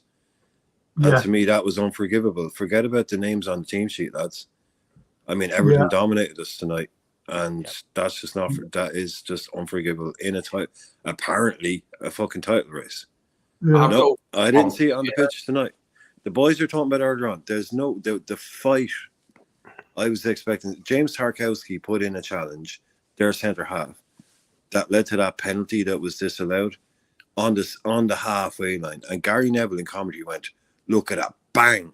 He said, "Bang." Straight away, that's what we want to see in the Merseyside derby. Someone straight in, big challenge, set the tone. Everton set the tone with that challenge. We didn't step up to it. I'll go one further with the Dan's thing. Either Núñez or Salah should never have started, and he should have. As I said, neither of them deserve to start for not scoring from their sub appearances in the last few games. But we had to sort of. But I wouldn't have played both of them. I wouldn't have played Núñez, mate. Salah was probably the best hope of the 2 of them, and he was capped too. We wouldn't have really wanted to. I wouldn't have played him if Jota and Gakpo were there like they were for the last game. But Dan's deserved to start, I think, just for something different. You know what I mean? And Núñez didn't deserve that start, mate. No, okay. He's made money all match. Few good comments from Brian and from Lee. I'll go to you, JK, and it's only about what Richard says. Why didn't Klopp use Dan, Gravenberch, and Clark? That's all he's asking. Instead of Tsimikas and Gomez and Quansah. Now, they're defenders. They're defenders. At the end of the day, Gravenberch should have got another start for me. Szoboszlai shouldn't have started, you know. Gravenberch's goal, we didn't know what he's done to his confidence last few days, you know what I mean? He's going to do something to him, hopefully. And today was that game. I was actually looking forward to seeing him and Gakpo be involved today. They sort of stepped up in the last few games, playing better, and today we sort of missed them. Jota missing as well, you know. So, but for me, Darwin never got involved in the game at all. So maybe starting Dan's would have been a proper slap in the face for him, you know. Dan actually hasn't done anything ever since he's got involved and hasn't really come back, you know. Today was that sort of game where you could have just chucked him on. What's the point of bringing Tsimikas on or Gomez? You know, play with the two at the back. Who cares? It's like them sort of tactics. But for me, also the urgency of Trent in the game, not urgent enough. Like, get the ball and run with it, you know. Great ball he put through to Nunes when Nunes laid it back, but Salah had two crummy efforts. One was going miles wide and come back to, and then he put it over the bar. That was a good ball. Yeah, that was shocking, that. But he had one where they did a little bit of teamwork. Yeah, that teamwork where... That wasn't a layback, mate. That was called miscontrol by Nunes. Seriously. That was not a layback. He should have took that in his stride and scored. Sustained. Absolutely fucked it up. And it was bobbled to Salah, luckily. No, I'm going K-Max right there because it just hit him. And it came to Mo Salah. It came to him. And Mo just hit it, you know, on the... that's why. Anyway, K-Max. Dan, Gravenberch and Clark instead of Quansah, Tsimikas and Gomez. And that's what Richard says. Okay, so if we're going to judge players on a scale, Dominic Szoboszlai came on for like 10 minutes in the last game, and he was dreadful. Like, he was truly dreadful. It was like we brought one of our coaches on. Do you think it's like we brought our physio on and went, "Go on, mate, you want to have a run around?" Like, seriously, it was like we brought a fan on, like in that last game when Dom came on, because he just gave the ball away constantly, and I was ripping my long hair out. I don't know how they're does he really deserve a start? Does he really deserve a start against Gravenberch, who probably had the best game he's ever had in a red shirt, and could have scored 2 goals in the last game, and had a really good second half? So I know what we're going to do. We're going to drop him and put his confidence down. And when we play him next, guess what? He's probably going to have another stinker because his confidence is low because we just dropped him. And we didn't even bring him on as a sub when you could have took any of those midfielders off because they were all dog shit. Repeatedly dog shit from start to finish. You could have took any of those midfielders off. And seriously, Dan's would have ran through a brick wall because he's a Scouser and he supports Liverpool. And he's been at the club since he was about 4. And, you know, it's a derby. Like, play some players that hate Everton. And I'm pretty sure Quansah and Dan's don't like Everton. What about So Jones? What about Jones? And Elliot. Trent and James were there. Trent and James were there to do that. Jones and Trent started. What about Jones and Trent? Are they not Scousers? Trent tried hard. Like, he played some really good passes, by the way. Like, Nunes just can't finish his dinner. Like, seriously, yeah, but Jones, that guy's you want no Scousers? improvement. Yeah. No improvement. You want Scousers? Jones, no, is he not? No. I didn't think Jones was terrible. I thought he tried really hard, mate, in the second half. He did try. I go along with that. He did try. He was doing stuff that wasn't what we normally do, which is just pass it round needlessly, pointlessly, doing that stupid triangle in midfield and defence, which we always do. That's creeped into our game. Canate and Virgil keep on passing the ball to each other. I'm like, what are you doing? Like, exactly. Losing 2-0. Losing 2-0, just passing it around the back, like we're 2-0 up. Like, come on, hit the ball long. Who cares? You know, just hit it in their box. Do something, you know. Exactly. That's worst derby performance in years. Yeah. Worst one probably under Klopp. That was terrible. Well, we haven't lost there in 13 years, by the way. Thought I'd just point that one out. When's the last time we won there, though? I mean, Klopp's had a couple of stinkers there, to be fair, mate. Klopp's only got 2 wins there, I think, man. I saw he's that got a lot of deliberate in his draws. entire- yeah, he's Lot of 2 draws. wins. Yeah. Yeah, we've lost Yeah, the and- league twice because of but draws at let's- Everton. Be fair as well, because it's the Merseyside derby, how many of those were bloody 12-30 kickoffs? Would You know- would you have minded one today? Of course, I'd rather take Might have been him out. away.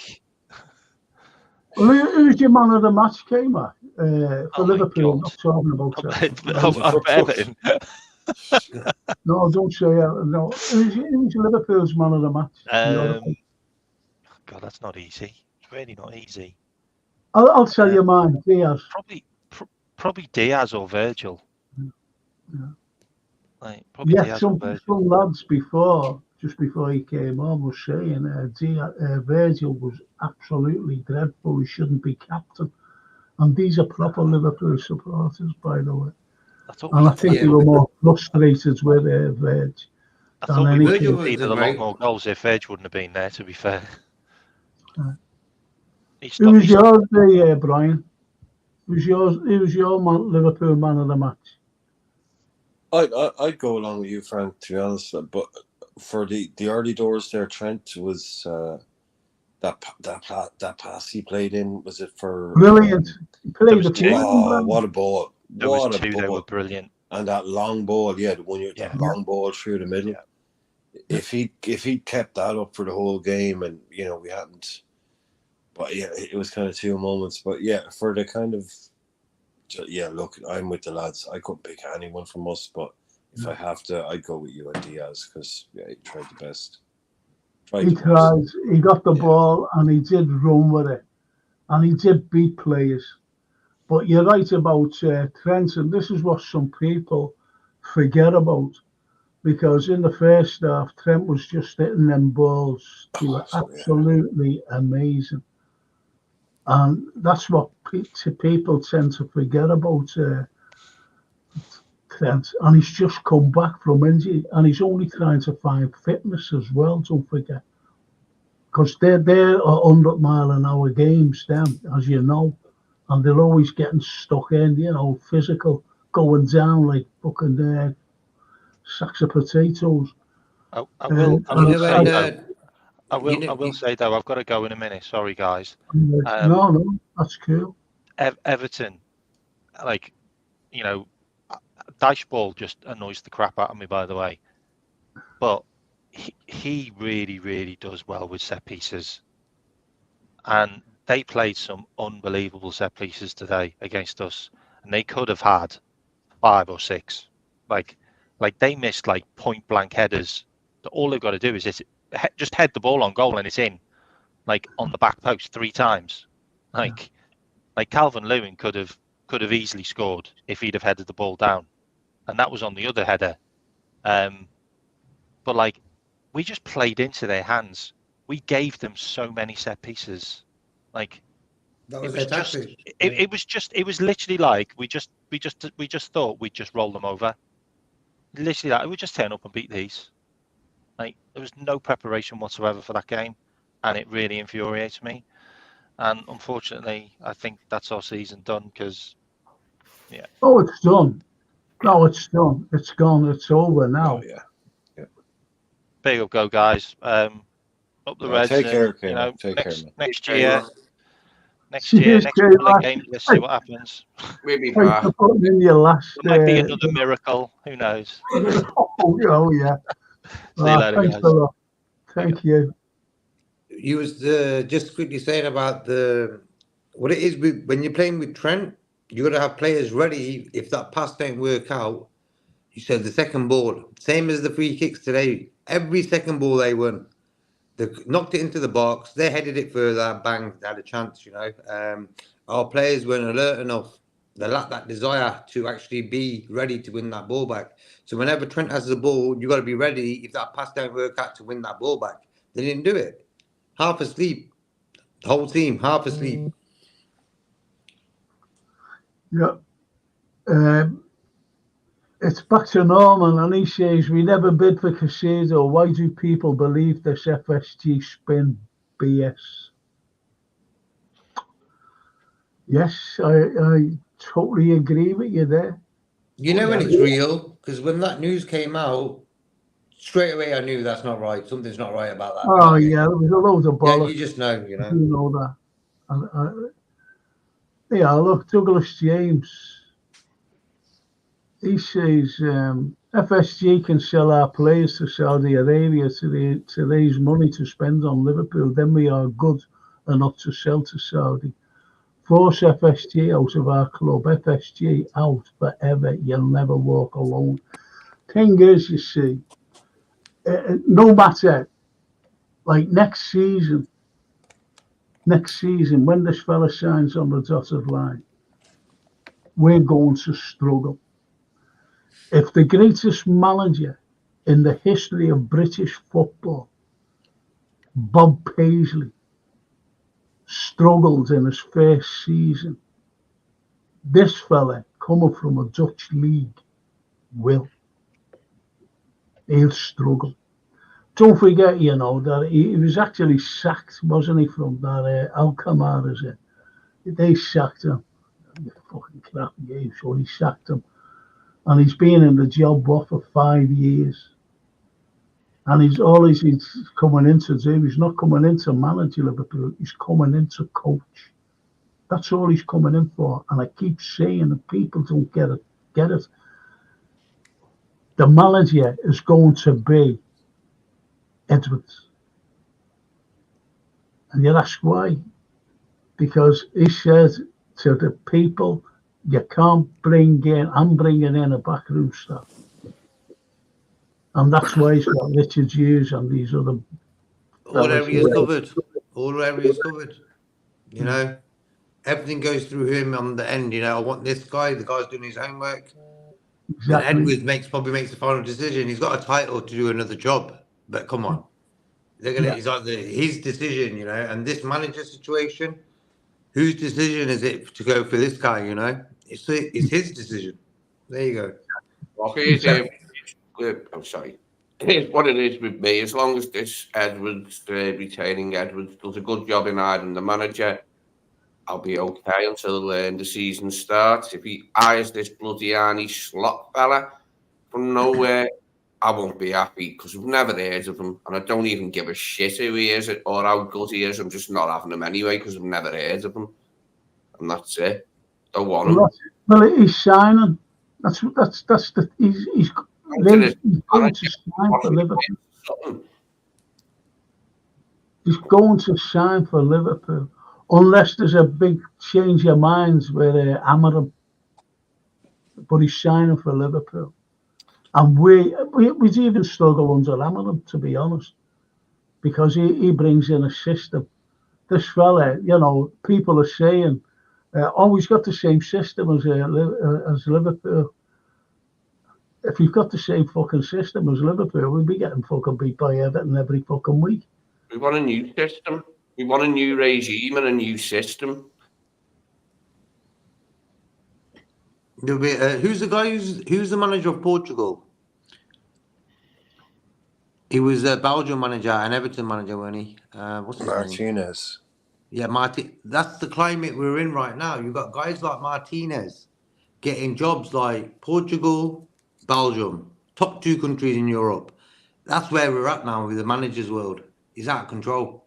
It's like back in the days, you'll get a guy with some pedigree coming in. Because I live in the city, I watched the football, obviously, and under Martinez was the last time Everton were a half-decent side. They haven't been a half-decent side since Martinez left. He was their last half-decent manager. He was better in the league than they were under Ancelotti, under Martinez. I think they finished in the UEFA positions, didn't they? Remember when we nearly won the league in 13-14? Everton finished in the UEFA positions, as far as I can remember. They've done well under Martinez, and since he's left, they've been relegation all the time. Well, can I ask you, I'll start with Brian. Has there ever been a Dutch manager who's been successful in the Premiership? Has there ever... No, I would say closest you get to that now would be Van Gaal. Maybe he didn't even do that great a job. Pretty much, nope. No. But he was never, he never ever won the league. No, that's what I'm saying. The closest you'd even get Yeah, to the would closest, be, yeah. like You had Ruud Gullit, Koeman. Koeman, really. yeah. He was not bad. He went to Everton and De Boer at Palace was a disaster. You had 4 games. Martin Yall did a decent job at Tottenham, considering what he had. Yeah, That's Martin going Yall. back now. That's going way back though. yeah. Just Martin did Yall actually. did a decent enough job, but yeah, it's Bonkers. What Bonkers said, yeah. what's he saying?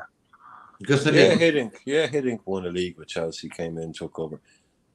Like he's one of those managers that takes over a club, wins a league, leaves a year later, goes off and manages Holland, then manages. Yeah, he's one of those type of guys. But yeah, but he had a name, sort of, if you know what I mean. As soon as you say his name, Gus Hiddink, you think, okay, he's got a bit of pedigree about him. He's got something about him, you know what I mean? Even Avram Grant, he had a little bit something about him, you know. But these new managers, they all want the big job without actually sustaining a long career at another club. 5-6 years, maybe even winning a Europa League or something, you know. Emery won loads of Europa Leagues, but can you really see him winning a Champions League? You know, that's the thing. Money, yeah. See, the days of the likes of the Van Bastens, they've all gone. Johan Nieskens and Ruud Gullit, they've all gone those days. Yeah. And the Eredivisie is, it's a weak league. It's a weak league. You know, they get thrashed in the Champions League all the time. They even get thrashed in the Europa League. Do you see what I mean? And we're bringing in this fella. He's been a manager or whatever he fucking been for 5 years. He's been sacked from a club. All right, he's finishing second in the league this time. And I go back to what Dorothy Langman said, is he good enough or do we deserve better? Yes. And someone said, I think it was he was your ab, Frank. Well, if he couldn't have, I would have loved Inzaghi of Inter. He's a fantastic young manager. He's just won the league with Italy, with Inter in Italy. Absolutely fantastic manager. And someone said he can't speak English. I can fucking speak Italian. I'd interpret for him. I'd interpret, no problem. But, that's who adds up. Filippo Inzaghi. Great young manager. And he's proven. He's not like... I don't believe it. I still Michael can't Van believe Gerwen, yeah. That's why I said, lads, it's the worst 24 hours. It's, It's been downhill ever since Klopp. Ever since Klopp said he's leaving, it's been downhill ever since. Let's get it right.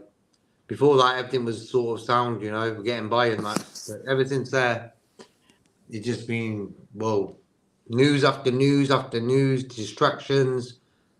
Players probably reading that, who's coming in next, this, that, and the other and stuff, just didn't need it. So some people need to be held responsible for allowing that news to sort of leak, They're saying that the papers knew and they're going to report it very soon. Like, how do we know that, But if you own a big company like Liverpool, you sort of plan everything. You strategically with the media. So you know when you're timing your moves, when you're letting it out and all these sort of things. So I think there's a bit more to do with that Klopp thing about the timing of it all. Could have waited until the end of the season. I think all of us fans would have been shocked, of course. But if we won the league title, we wouldn't have worried about that. Okay. Well, Colin Dykes, he says defence was terrible, including Virgil. We've got no one in defence that can jump and attack the ball. And the way it was, that was right. Yeah. That was right. But, if anyone jumped, they'd fall over. And, you know what I mean? They get fouls. Could have been getting penalties or whatever, but no need because they fucking scored. We let that Idrissa Gueye, I think, how old is he? 38, 37? He just ran the midfield, a little guy. You know? Yeah, fella, yeah. I was laughed at when someone said to me, who would you get in? I was like, I'd get Idrissa Gueye in. Was Just a like, counter. get him in. He showed our midfield today how to sort of run the midfield. But I said, didn't I, the last pod, and pods before then, by the way, the hardest game is going to be Everton. This is before the Crystal Palace game. The hardest game's going to be Everton. Because no matter what, and I don't like all this, form goes out the window and everything else. Everton are always up for it. But we've always been the daddies. Did you know that's the first game they've won? The first derby game since 2010. That's 14 years ago. Does anyone know that? Well, you know now if you didn't. And as I mean, Leah, they never actually, they rustle our feathers. They rustle our feathers, but we sort of always outscore them, outbeat them and stuff, you know. But today they sort of taught us a lesson on how to win a game by two simple basic tactics. One, get free kicks around the box, falling over all the time. And second, just being a bit more aggressive. Just doing them two simple things, they win that game. I think it was mainly the second part. The opening goal, mate. Yeah, I'm not falling back on any. They did this, they did that. They're aggressive. We got bullied. Yeah, big time. You know. Well, Zia says we never seem to force defensive errors from the opposition, and that's part of the problem why we can't score. True. Does anyone go along with that? Yeah. I think whenever we make a mistake, we get paid, we get done. It's like bang, have that. Because normally we don't make mistakes. We're a bit of a smooth sort of unit, but when we do make a mistake, we pay for it. Yeah. I thought Avram Grant was a Dutch guy, but he's from Israel. Yeah. Israel, Israeli, yeah. Israel. Yeah, This doesn't look like a Klopp team to me. You're talking about forcing high turnovers and all that. You know, basically making defenders make mistakes. I haven't seen us play like that in about 2 years.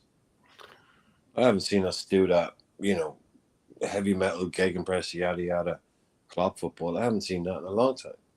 We're trying to play this more weird, controlled. Like I basically see it as like we're trying to merge Pep Linder's football with Klopp football because people come attack us. We've ended up with basically the worst of both worlds. I don't really see what we've ended up with. It's sterile most of the time, and then apparently tonight all a team like Everton has to do is show up and basically fucking want it more, and they'll win it.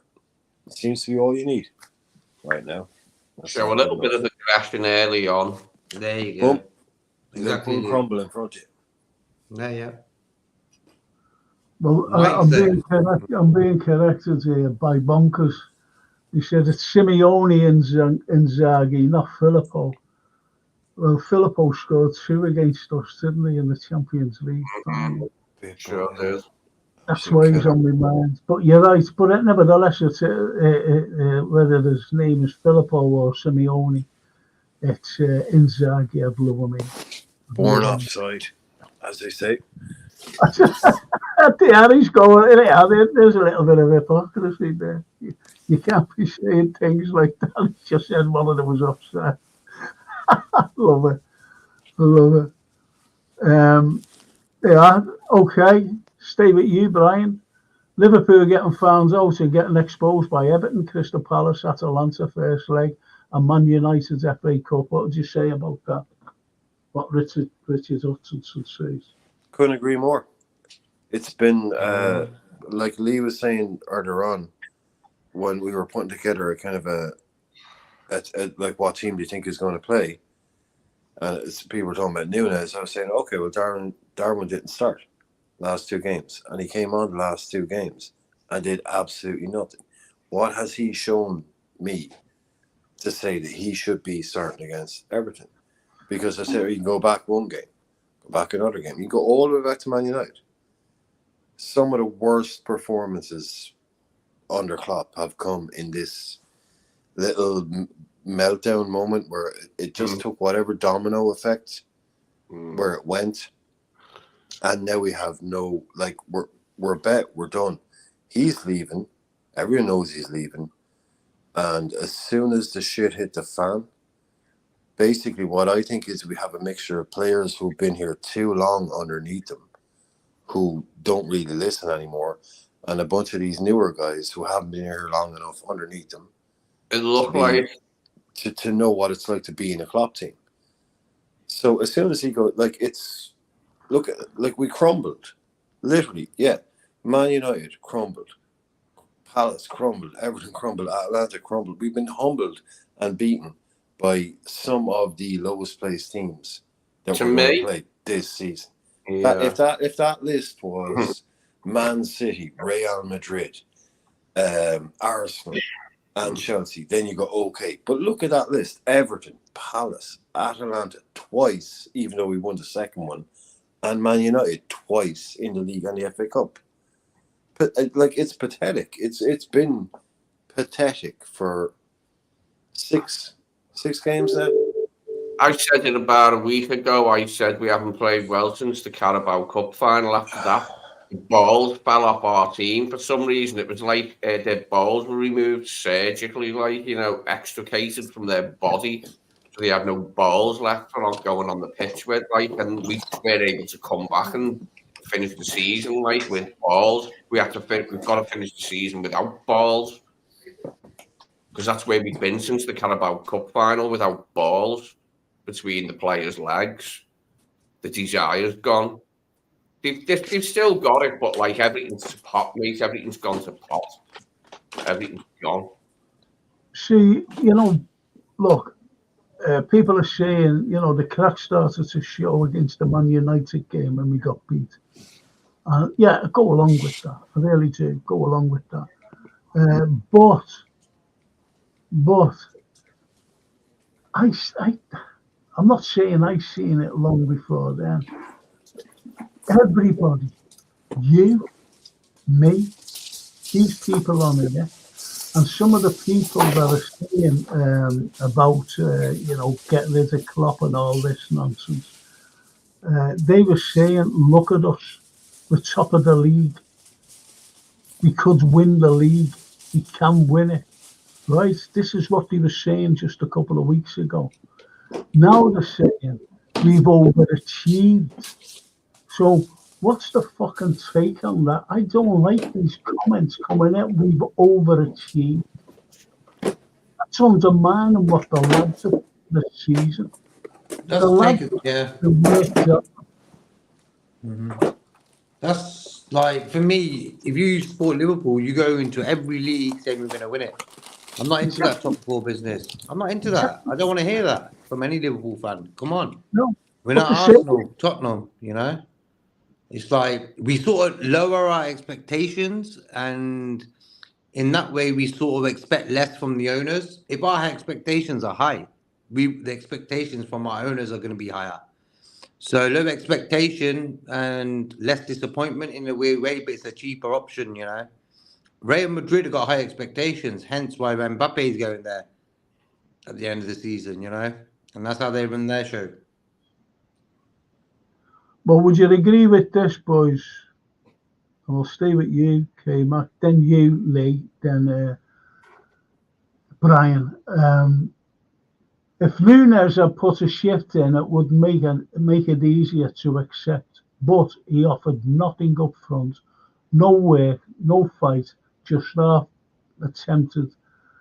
Not good enough for Liverpool FC. That type of attitude. Mm-hmm. That's why I've got to you, because you like Nunes, JK.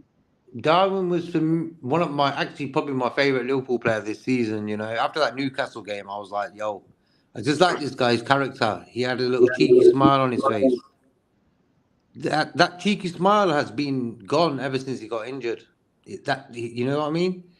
I seen his face on the bench the other day, man. He looked old. He just looked stressed. He didn't look chilled, His face was all tight and that.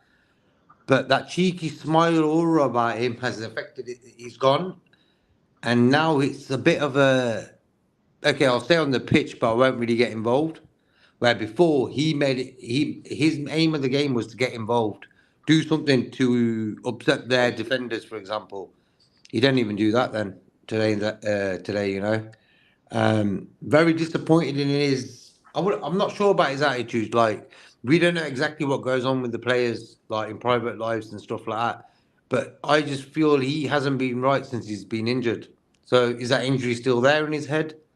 You know, because it sort of ruins your flow when you just think you might get hurt again. And I think Darwin's in that situation because he isn't right. What about you? Sorry. Have you finished? I was going to go to Lee. But now it's a question there. It's a comment, Lee. Have you read it or did you listen?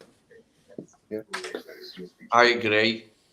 If Nunes had put a shift in, make it easy, but like I've gone off him now, and if he's out the door, I'd be fine. I've been backing him in that, but he's looked so poo lately. But like, so has everyone since the Carabao Cup final. Is it really that boy's fault? It's the whole team have been poo lately since the Carabao Cup final, hasn't he? Since he come back, and but like he has been poo. He has been dire. He has been woeful. Okay, Brian.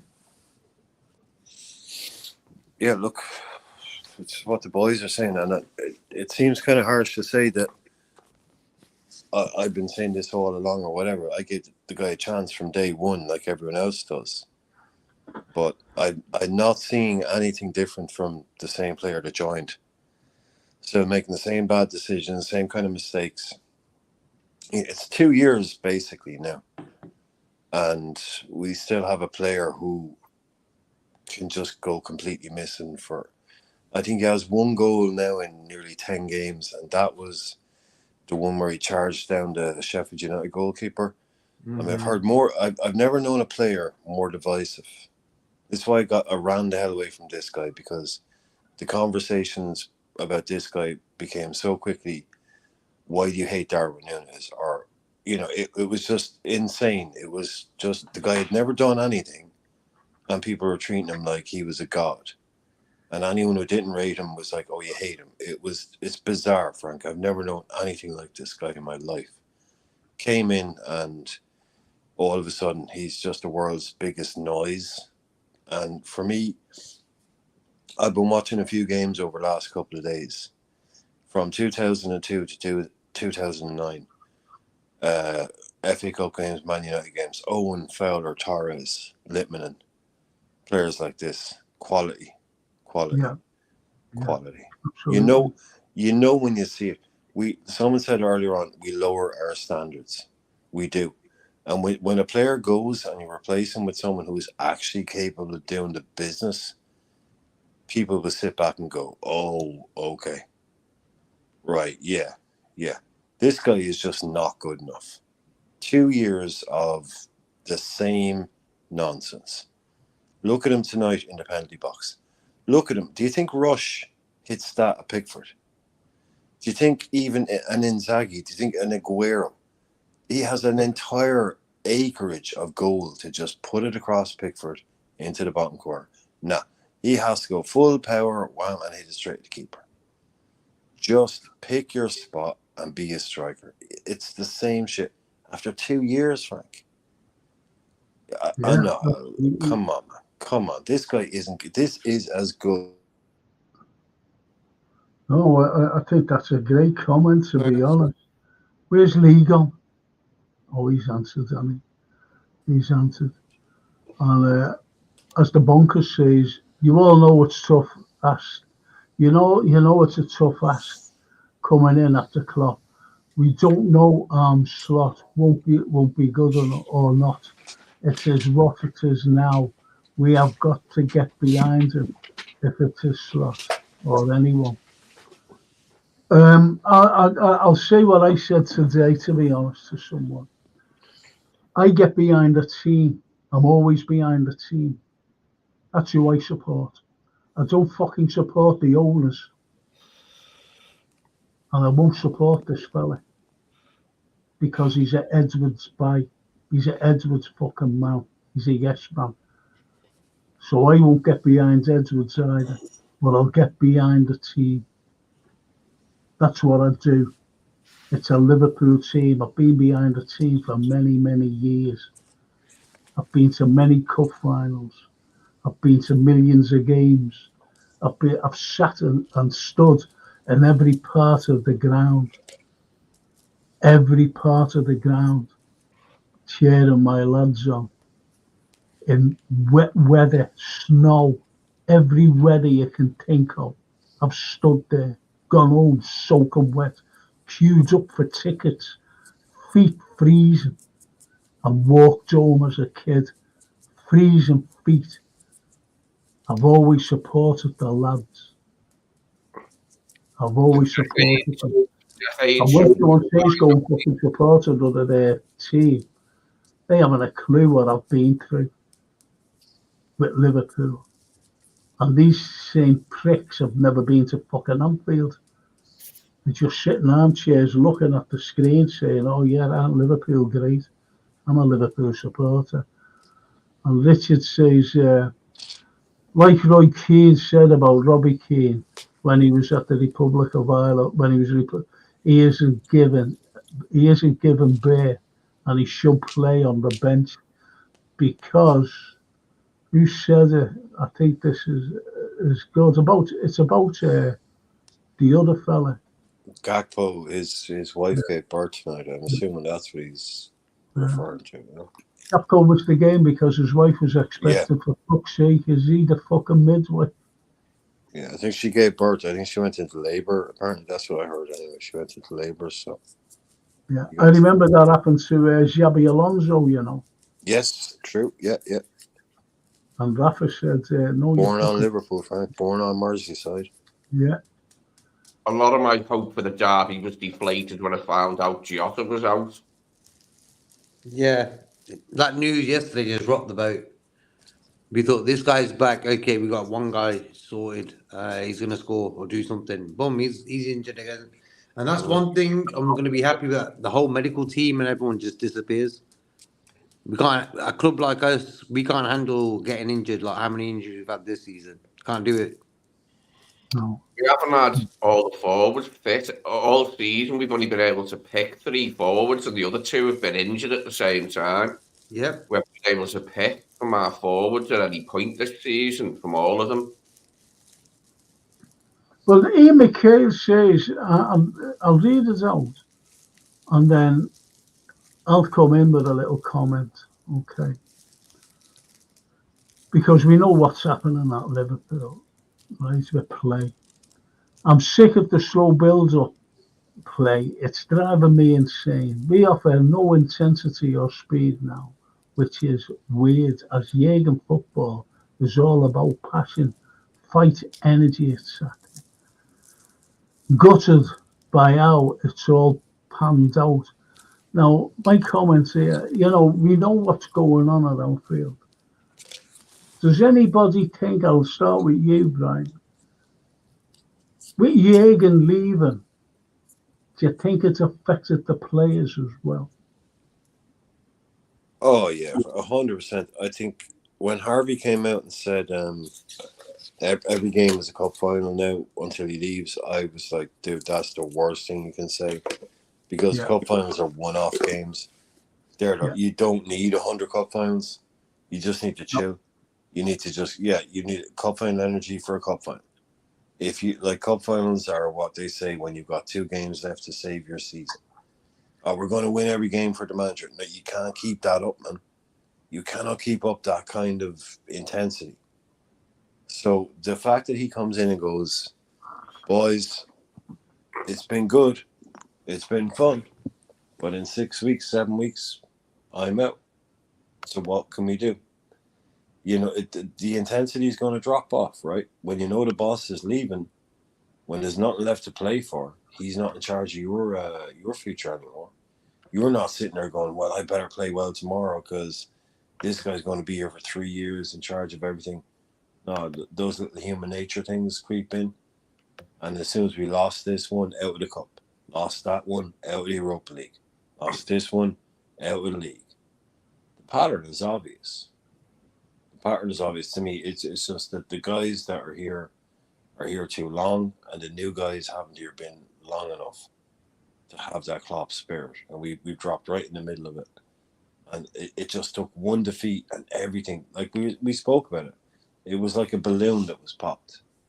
We went from here to there overnight, and we haven't recovered. That Man United game, boom. Yeah, I tell you, that's a great comment. That's a great comment, what you've just said there.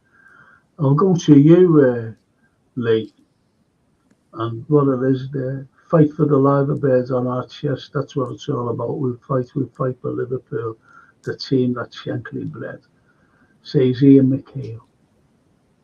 And was the end fight there tonight? Not an awful lot, like. Not an awful lot.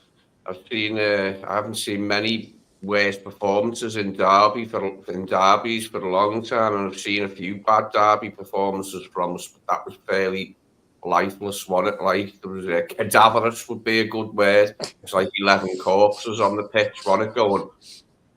Yeah.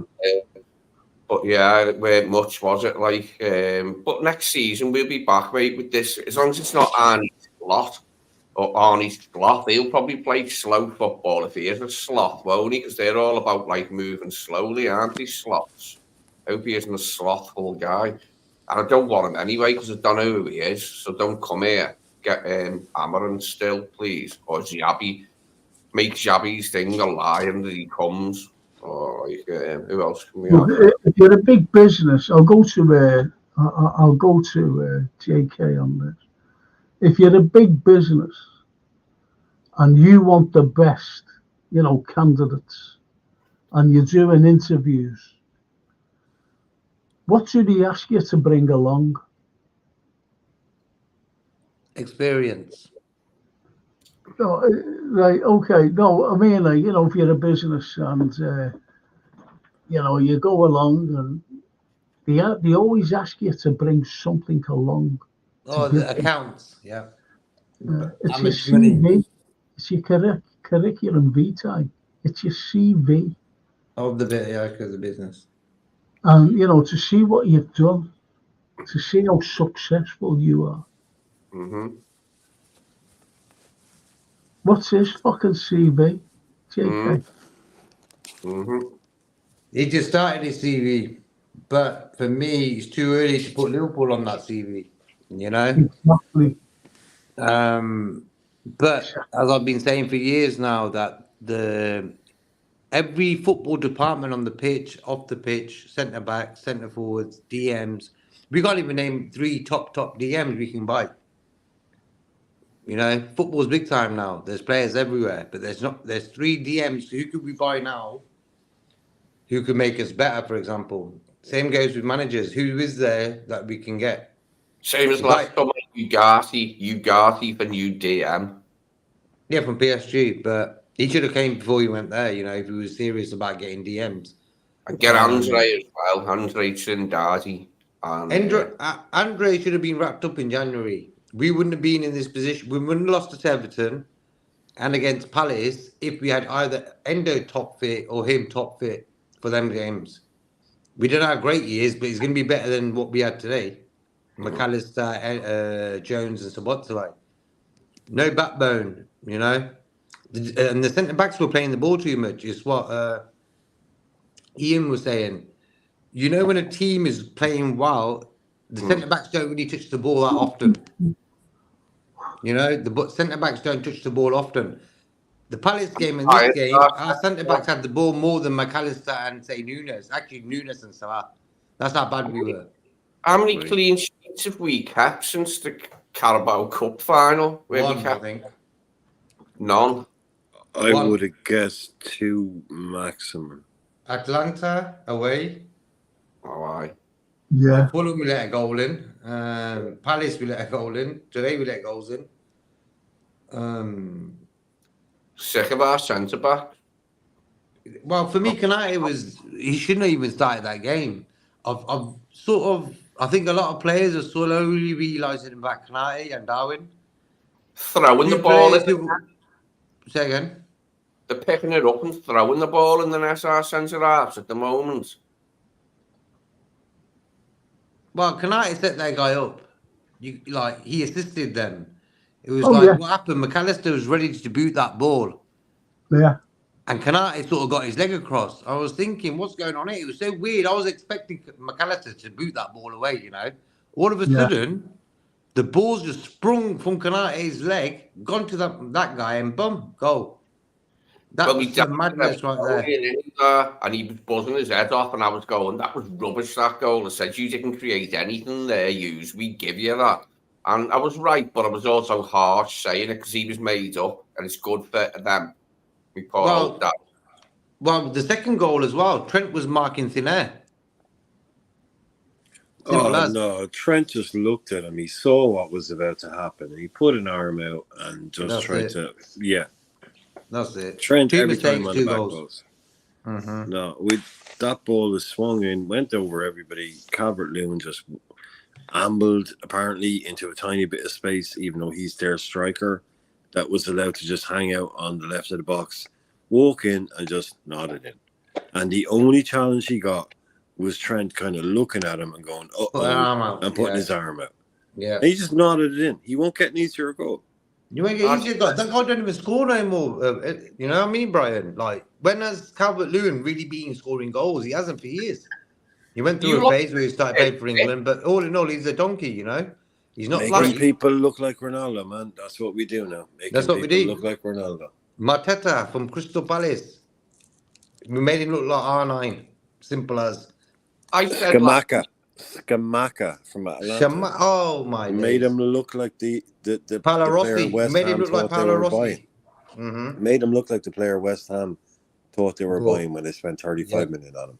Yeah. And had to send him back for God knows what. Yeah, comes to Anfield, 2 goals. I knew that was going to happen. Boys like world beaters. Yeah. But what about what Norman says? The medical team needs questioning. Jota out for 2 weeks. He would have buried United and City. I've been saying it for years. Get rid of the medical team. From top to bottom. I don't understand why he's out for 2 weeks. I just don't understand. If he's going to be fit in 2 fucking weeks, why isn't he fit now?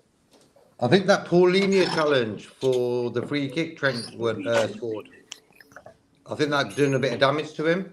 Yeah, he carried on playing and scored a goal. But I think that challenge right there sort of did something to him. Yeah, true enough. Richard says Trent, Robertson, Canate and VVD was shocking in defence and midfield had no backbone, no fight. Brian.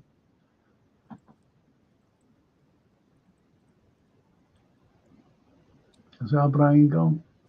No, he's probably on mute. I could take that. Go ahead, take it. Yeah. First minute. For me, everything was lost. Oh, go on, Brian. No, sorry. Yeah, pretty much every physical battle was lost. You know, like they bullied us. Yeah. They wanted it more. Like they are a big side. Decore, Calvert-Lewin, some of these boys, they're big lads. Thought he weren't playing. You guys told me Calvert-Lewin weren't playing last week. I said, we're going to be up against him, and all three of you said, he's out, mate, he's out, bro. And said that Beto was going to play, and I hadn't heard that he was out. Like I hadn't heard Kevin De Bruyne was meant to be injured. That's the thing. That I haven't been going on streams much, but you hear things that just aren't true. He was bloody fit enough to start. Yeah, but Lee, that's Dominic Calvert-Lewin. He's always a doubt. That guy is always carrying enough. Yeah, he always has something. But it's like we were bullied. This was 20 minutes in. I said to somebody, they're dominating us. So we kind of got to stop that bit first. Frank, you know Johnny Giles, right? Yeah. You know Johnny Giles. Johnny Giles always says it. You have to earn the right to play. You have to earn the right to play, which means you have to win the physical battle first, and you have to dominate, and then you go and do your stuff. That's what Johnny says. 101. You win the physical battle first, because they're not going to sit there and go, "Oh, you're really good at football. Go and show us what you can do. No, man. If you have to earn the right to play. And in a derby game like that, it's a physical battle. You win the physical battle first, then you go and do your stuff. We never won the physical battle. So we were never going to do it. We just couldn't do it. We couldn't stand up. Shadow players. Goes without saying, done it for the derby. You've got to turn up physically. You should not be told that, like. No, exactly. It don't need telling. It don't need telling, man. You're right. It don't need they know already. Yeah. The big game, Wednesday night, floodlights away at Goodison Park, you know. Come on. You don't need to say nothing. It's like, we don't win this game, the league title's over. It's as simple as that. Nunes and Salah were dog shit, the pair of them. They can both fuck off as far as I'm concerned. Nunes and Salah. Get rid of both of them, and buy 2 new ones. I think if Gakpo and Gakpo and Jota were fit, maybe you would have seen them 2 starting instead of Salah and Darwin. But if that didn't work out, everyone would have moaned and said, "Oh, why didn't we start Darwin and Salah?" You can't win, you know. The Jota injury was like a microcosm of our season, the way it's gone with injuries and how bad injuries they've been, too many and loads to boss players. And Jota comes back in, scores, looks dangerous, gets injured. That just says it all about our season. It's a microcosm of our season, that is, to me. It's just like so indicative of the way it's gone. It's like really glaring. Yeah, that's the way it's gone for you this season. Have this one just to finish us off. No Jota. I agree with this here, lads. I'm going to read out 2 comments, see if you agree with them. Look, you guys are giving Everton too much credit. They did essentially a smashing grab. We had enough of the ball to win the game. But as always, we seem clueless and snapping at every chance. And he carries on by saying, Klopp has trained a title-winning team this season, but he's emphasising the but here. The finishing has screwed us. That's the truth. I'll start with you, JK. Those 2 comments, please. When you show too much respect in a game, what they'll do, they'll take advantage of you. Simple as that. We showed too much respect to Palace at home. Yeah. Sometimes you've got to be arrogant. I think Van Dijk can be an arrogant guy. I think sometimes he needs to bring that into the game. Arrogance isn't a bad thing sometimes. It gives you confidence, you know. But judging with the way we played today, we allowed, as Brian said, we allowed them guys to bully us. You know, Everton not a great team. They've been a bottom of the table team all season. They've had 8 points deducted, but all in all, they've been bad. They haven't been great. So for me, the crap. They played Chelsea and got stuck. 6-0. And it could have been more. And I said that Everton team is not going to be in the derby. I knew that. In the derby, they're going to be up for it. I think sometimes maybe our players were looking at that 6-0 by Chelsea and thinking, you know what, these guys ain't all that. Yeah. So that's a good point. You got to blame the players. I don't blame Klopp, but I blame Klopp in the way he played Szoboszlai. I wouldn't have started Szoboszlai. And Endo, if he's fit enough for the bench, he should be fit enough to start the game. I don't care. To lose 2-0 to a team that Chelsea have just panned 6-0, like, that's not good, is it? No. That's embarrassing. Okay, I reckon. What do you say, Brian? You know, with those 2 comments. Yeah, every chance as well, and you know, I've finished and screwed us. Go ahead. Yeah, no, absolutely agree with the snap at every chance thing, but no, that's just handy that you dropped me in. I just got to shoot. So thanks for having me in. Sorry, Brian. And, have a great night, everyone. And, Take care, Brian. Okay, I'll see you. Thank lovely you, stuff, Brian. lads. No problem at all, Frank. Have a great night, man. Take care. And you. See you, Brian. Bye-bye. Take it easy, lads. Bye-bye. Right. Thank you. There's a nice fella there. Richard, I'll finish on these things here because I'm fucking knackered myself. Yeah, that game drained you. That game drained all the fans. It has its drains, of course. It was a draining game. Nothing ticking over. Not like, you know, you get them games where nothing just goes for you. A throw in. We'll get the final touch on the ball. You know, them sort of things. It was that sort of game. Nothing they was were going away. And that winning. referee, anytime that guy referees a game for us, he gives every time a free kick to the opposition. But they were winning every ball. Second Every balls. second ball. They were winning every winning. second ball. That's it. I'll go through these. And it's Richard Hutchinson, Colin Dykes, and Norman. And what it is this. Derby 101 and dummy guide to how to play Derby football. So he's taking the mic, of course he is. If you can't get up for a derby, then it's over. That's a cracking comment. And in my view, FSG have squandered a once-in-a-generation manager for us. It could have been a period of even more success. The stingy, tight bastards, Americans, are to blame for a lot in this world. Oh, a little bit of politics there, and you're so right. You're absolutely It doesn't matter what right. country they're from. At the end of the day, when you look at a club like Liverpool, you've got a guy coming in who's taking your £300 million investment, turned it into 4 billion. You got to back that guy somehow. Like Yeah. you've got to make sure that squad can turn your club into a £6 billion club, maybe 7. You know, they haven't really capitalised on the success sort of Klopp's brought to them early on.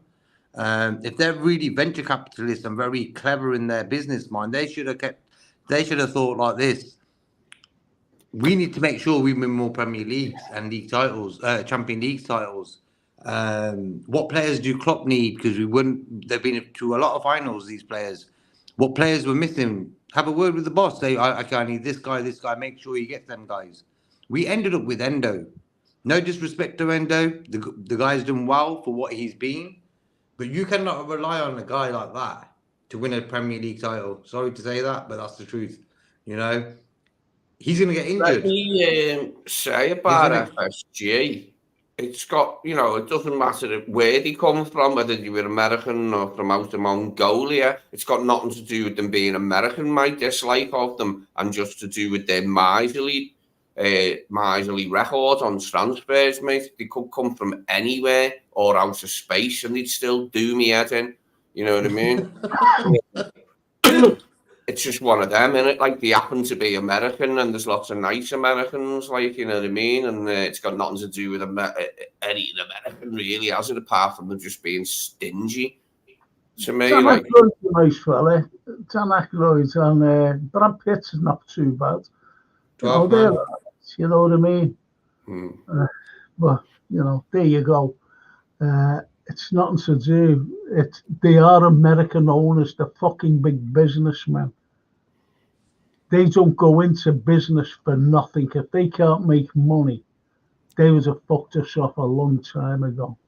I can recommend a good novel for you all, The Quiet American by Graham Greene. It's brilliant, that. If you like spy ones and that, like intelligence agencies.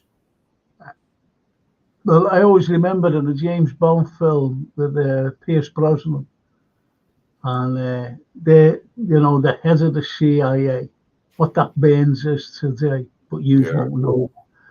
And the head of the CIA says to played by lovely Dame Judy, right? And he said to her,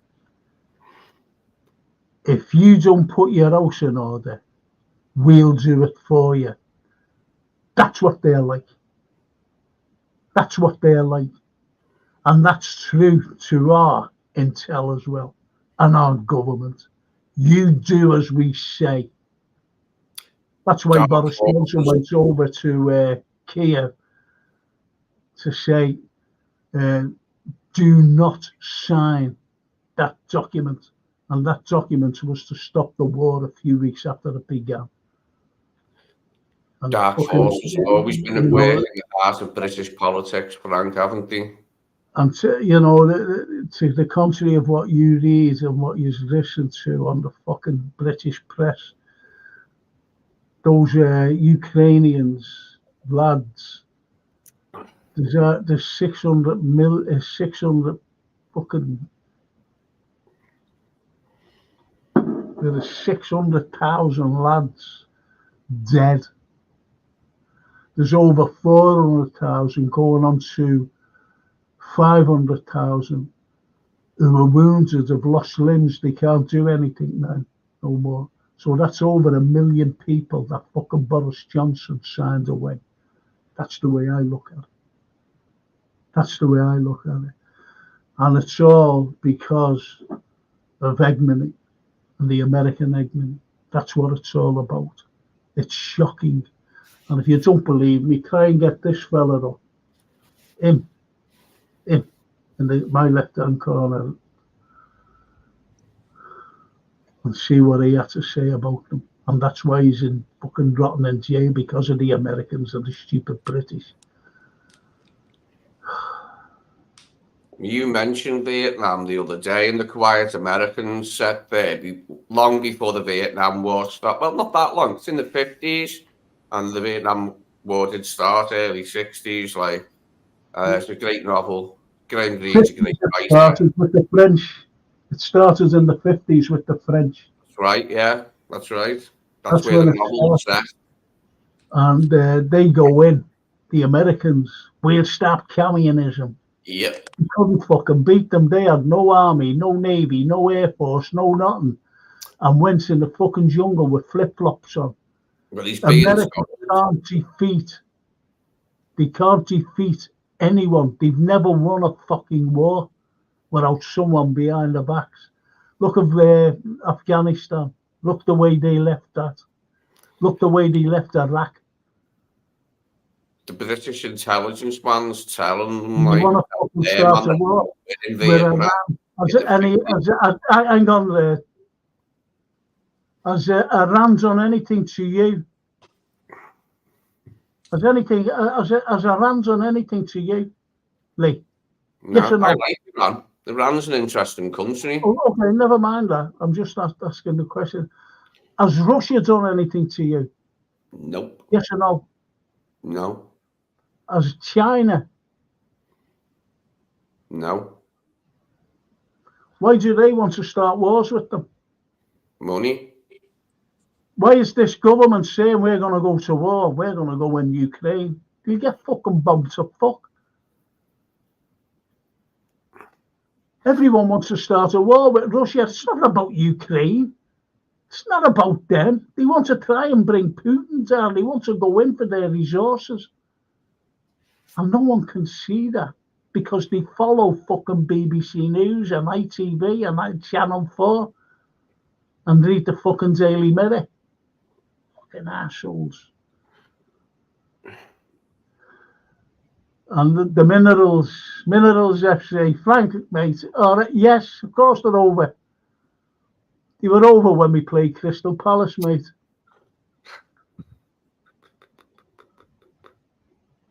And Richard, American and British is the most corrupt countries in the world. They keep it secret and undercover. Control, power, war, and money. Absolutely. And they're giving billions to the most corrupt leader in the world, and that's Vladimir Zelensky.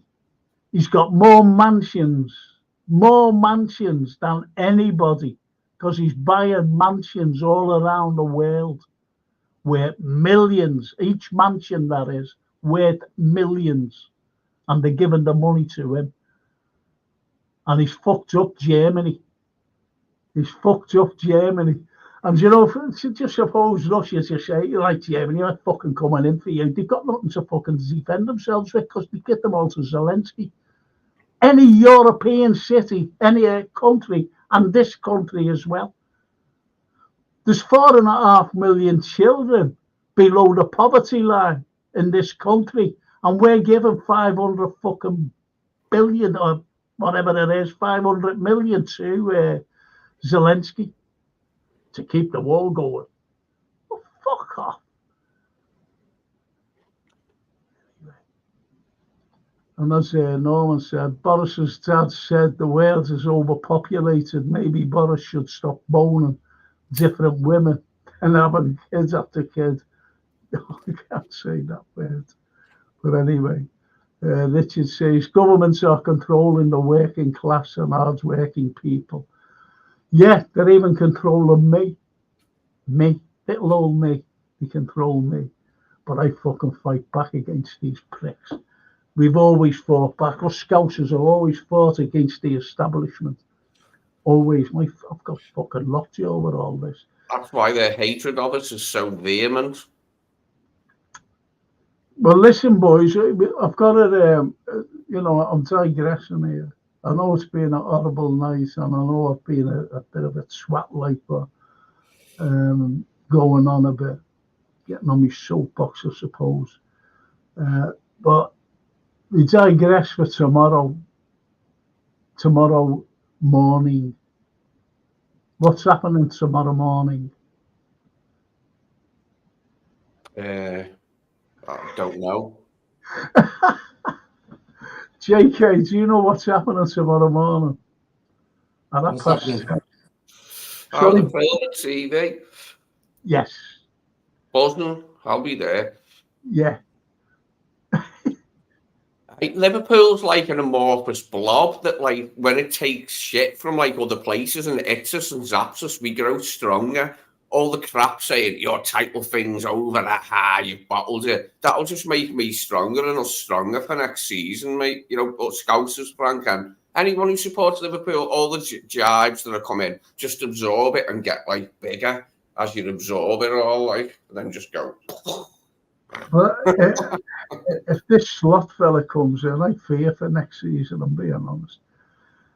I'll just put it to you like this. I'll ask JK and then you, Lee. Okay. If Slot was being signed by either Manchester City, Arsenal, Man United, Tottenham, or any of them, right, what would you say? I'd be making preposterously puerile puns about his name and turning it into that. Never mind his name, but what would you say, like, Say who's he? Who's him? Never heard of him. That's it. What would you say, JK? What would your feelings be? Wouldn't be too scared of like that team that he's on to. You know, if you went to Man City, for example, that'd be the only team I would say, okay, he might be something special for them, for them to choose him. But other than that, if you went to Man United, it's going to be the same as Ten Hag, you know. But at the end of the day, as you said, I support the players. Klopp is what it is with certain Liverpool managers, Paisley, Shankly, Dalglish, Klopp. The fans end up loving them, and then the owners of the club sort of fear that. That is probably another reason why Klopp's sort of going as well. Majority of Liverpool fans love Klopp, and the owners knew that. Maybe they got scared of that as well, thinking this guy's getting too big for us, you know. But if this Slot guy comes in to any other team, I'm not going to be really worried about it, you know. So, does anyone think FSG? I'll tell you what I'd think. I'd laugh. I'd just say they'll go on the decline. That's what I'd say. Honestly, that's what I'd say. Who is he? And a CV, he's won a league or something a couple of years ago. He's been in the jail for 5 fucking years. He got the sack from Alkmaar, and he's coming second in the with Feyenoord, you know. And I'd go, fucking hell. That's good enough for Liverpool, mate. That's not good enough for LFC, that. No, it isn't, and that's what Dorothy Langman don't said. Care about his Alkmaar alchemy. Do we deserve better? I was very surprised at Brian saying, well, you can't say it. Oh, fuck off. No, Brian was just saying, look, he was just giving you facts about the guy, you know. No one really wants him, Frank. It's like, which guy out of all of us has said that? Well, yeah, I'm happy with the decision. He said it was disrespectful. He said Dorothy was disrespectful. Play it back. Who? Brian. He said what? That's a disrespectful comment. Oh, about the guy jumping. Okay, you know what it is? Imagine he comes to Liverpool, wins the Premier League first season, wins the Champions League as well, for example. Yeah. We're all going to be happy. you know. And I'm like this as well. When that first game of the season, next season kicks off, and he's our manager, automatically you're going to support what he's doing and the players. It's like you don't really want to have beef with your manager, who's the manager of Liverpool Football Club. You want it to be a run. You want the guy to do well. Why? Because you don't want to be laughed at. It's just like if you don't do well, there's the door.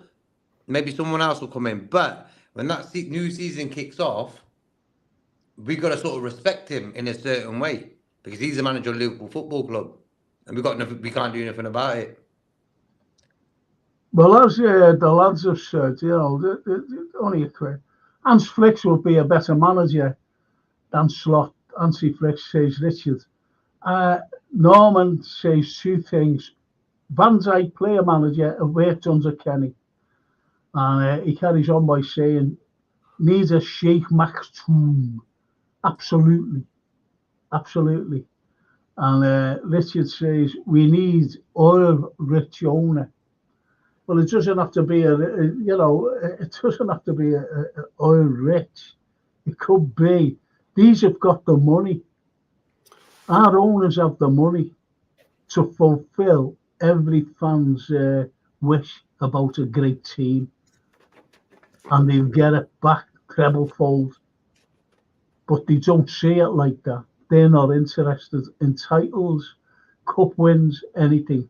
As long as they get in that top four, and that's where the money's earned. And as long as the fan base, you know, around the world keep buying their merchandise.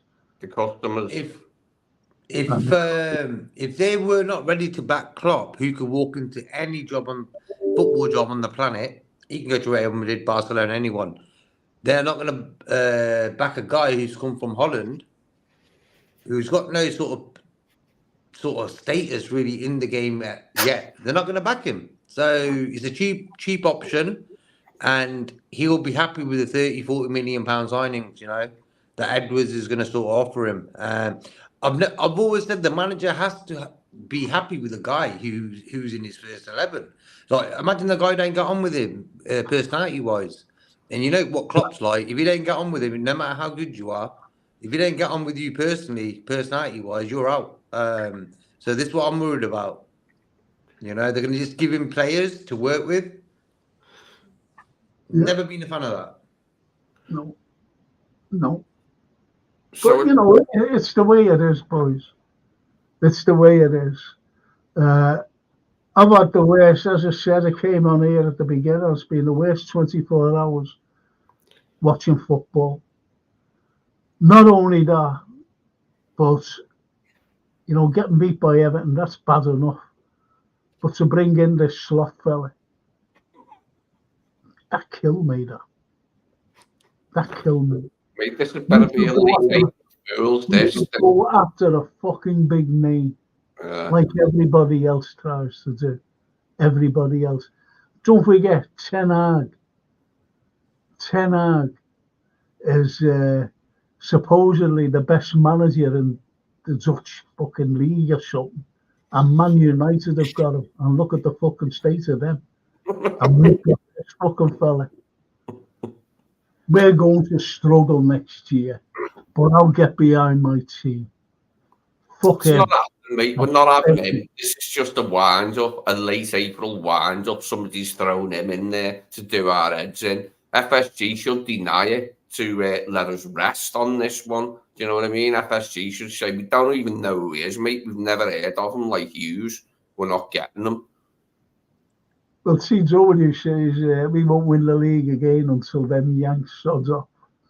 Thank you for saying sods off. I didn't want to say like fuck off. You would have said that.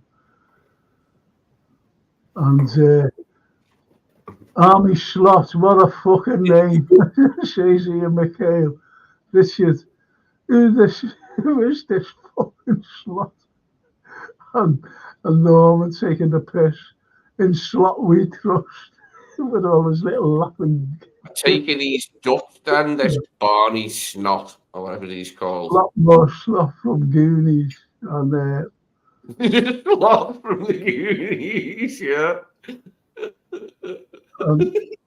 as Ahmed says, all I will say, FSG need to go. If us fans think we will have success under them, think again. We need ambitious owner who will fight for us and bring us success. FSG, please leave for good. Bang on the money. What would you say to that last comment what I read out? Bang Bang on, the money because that we haven't got. look what happened last season, at the start of this season. All them midfielders left. We got 3 guys in. Actually 4. We got Gravenberch, Endo, Szoboszlai and McAllister. Needed another 2 players in there. Easy. Gravenberch and Enzo only cost 50 between the two, didn't he? Like 15 million and 35 million is all they were. Easy money, bro. Gravenberch didn't cost a lot. McAllister was sort of like, what a bargain. Szoboszlai was the most expensive, and I think he's been probably the worst out of the lot of them. That's the truth. Endo's been better. McAllister's been better. Gravenberch and Szoboszlai have been the worst out of them 4. But for me, another 2 should have come in with them easily. As Norman says, Nunes slotted home, if only. And Nunes is the postman that never delivers his job. Yeah. I'm still waiting for FSG to replace Ronaldo. That's what I forgot to say to that K-Mac. I forgot that. We never replaced Gini Ronaldo. We didn't fucking replace him. Never should have let him walk away for nothing. Who let him walk away? Any idea? Edwards. Yes. A foolhardy. Gini's injury record was almost perfect. He never missed a game, Gini. Oh, he was brilliant. Absolutely brilliant, Gini Ronaldo. Never replaced him. Another thing is, during 8 or 9 years of Klopp's era, just look how much FSG spent in the transfer windows. This is why we have suffered. They haven't put the hand in the pocket. They have put us over the pocket. Absolutely, lad. Absolutely, Ahmed. And I totally agree with you, because I said it on the Jamie Phillips. I commented. I said we would have won more leagues. That's what I said. If they would have invested, and more Champions Leagues as well. That's what I said. And Jamie went like that. No, we were just unlucky. You can't say that. I went like that. Well, that fucking point you're going on about. If we'd have had more quality players on the pitch, instead of drawing those fucking games to finish 1 point behind, we'd have won those games and finished clear of them. Nothing crazy money-wise did they have to put in. Nothing crazy. Just like, a couple of 100 million here or there. Like, you know what I mean? And that's it, Lee. Yeah, 100 million here or there. Have a big transfer summer, just like Klopp there you would have spent big on his defence the way Guardiola has always been able to. Klopp would have had different defenders. He wouldn't have kept with Mata. He wouldn't, you know what I mean? Or Gomez, like if he'd have had the money to buy centre-halves every summer the way Guardiola can, he'd have bought centre-halves. But as it was, he got to buy Van Dijk because we sold Coutinho. But apart from that, he only got Massive for free. Lovren was here. He's had Ibu for 36. And that's it. Like free. Here. Gomez was here already. So that's what I'm saying. They've never, as Wackers is saying, they've never invested in the team sufficient enough to be dominant, Strength player, Robbo was 10 million. No, Robbo was a bluey down the pub. 10 million. Robbo was down the pub, bro. He was like, 10 million. Trent was a youth player. Bradley's a youth player. Gomez was here, and he only cost like 5 million when we bought him or something. Do you know what I mean? That's all Klopp's had to work with in defence. Like, where Guardiola's bought, how many different centre-halves has he bought since he's been here, Guardiola? How many different ones has he bought? That's why he wins the league. And midfielders. That's why he wins the league. time after time. Time, Because yeah. he brings in quality players. And I don't think this fucking Slot fella has got the pulling power for any fucking one, to be honest. You might get a thingy back. What's his name? Solanke. Because there's a release clause to come back to us. Oh, fuck's sake. Ahmed says, I also have a question for you guys in the panel. Do you think wherever Klopp goes next, do you think he will start with you there, JK? Will he be back properly and be successful? The only clubs I can see that happening is like Barcelona. I don't know what the hell's happening there. Real Madrid is one. Bayern Munich is another. PSG is another one. Other than that, there's not a lot of big spenders. Inter Milan, AC Milan don't spend big. Dortmund don't spend big. Atletico Madrid sort of. And Atletico Madrid sort of suits Klopp in the way he is. You know, I think Atletico Madrid is an option for him if Simeone goes. But I just feel that Klopp is he's the owner's sort of lucky number. You know, if you own a football club and you get Klopp in, you're lucky. But if you get Pep Guardiola in, it's going to cost. You're going to put your hand in your pocket. So that's the difference. But I think Klopp, wherever he goes, he's got that aura about him. He'll be successful. You know. I reckon he'll go to Barca, you know, and they'll do it all in their power to, rake in money, and those fans would love him, and I think he would, get the money to buy players, even cheap, to be honest, because those players, wherever they are, will say, yeah, I'll work under him, and go there, especially Spain. I think he's earmarked for Barca myself. Or Real. When Ancelotti leaves, think about that. Another option. He leaves in a year. So, yeah, he'll be enormous.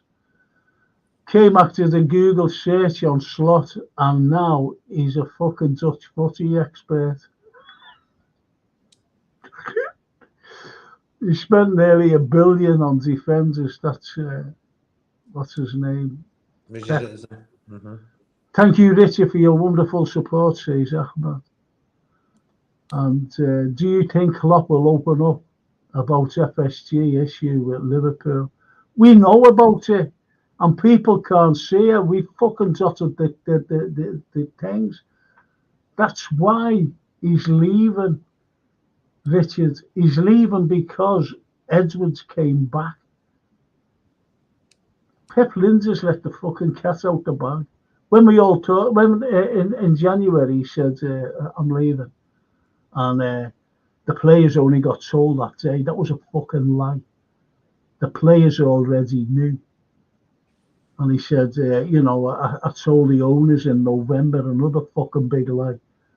So Jürgen, rather than, tell the fans the truth, what happens. But Pep let the fucking cat out the bag by saying, when he was asked if he'd like to be the manager, put his hat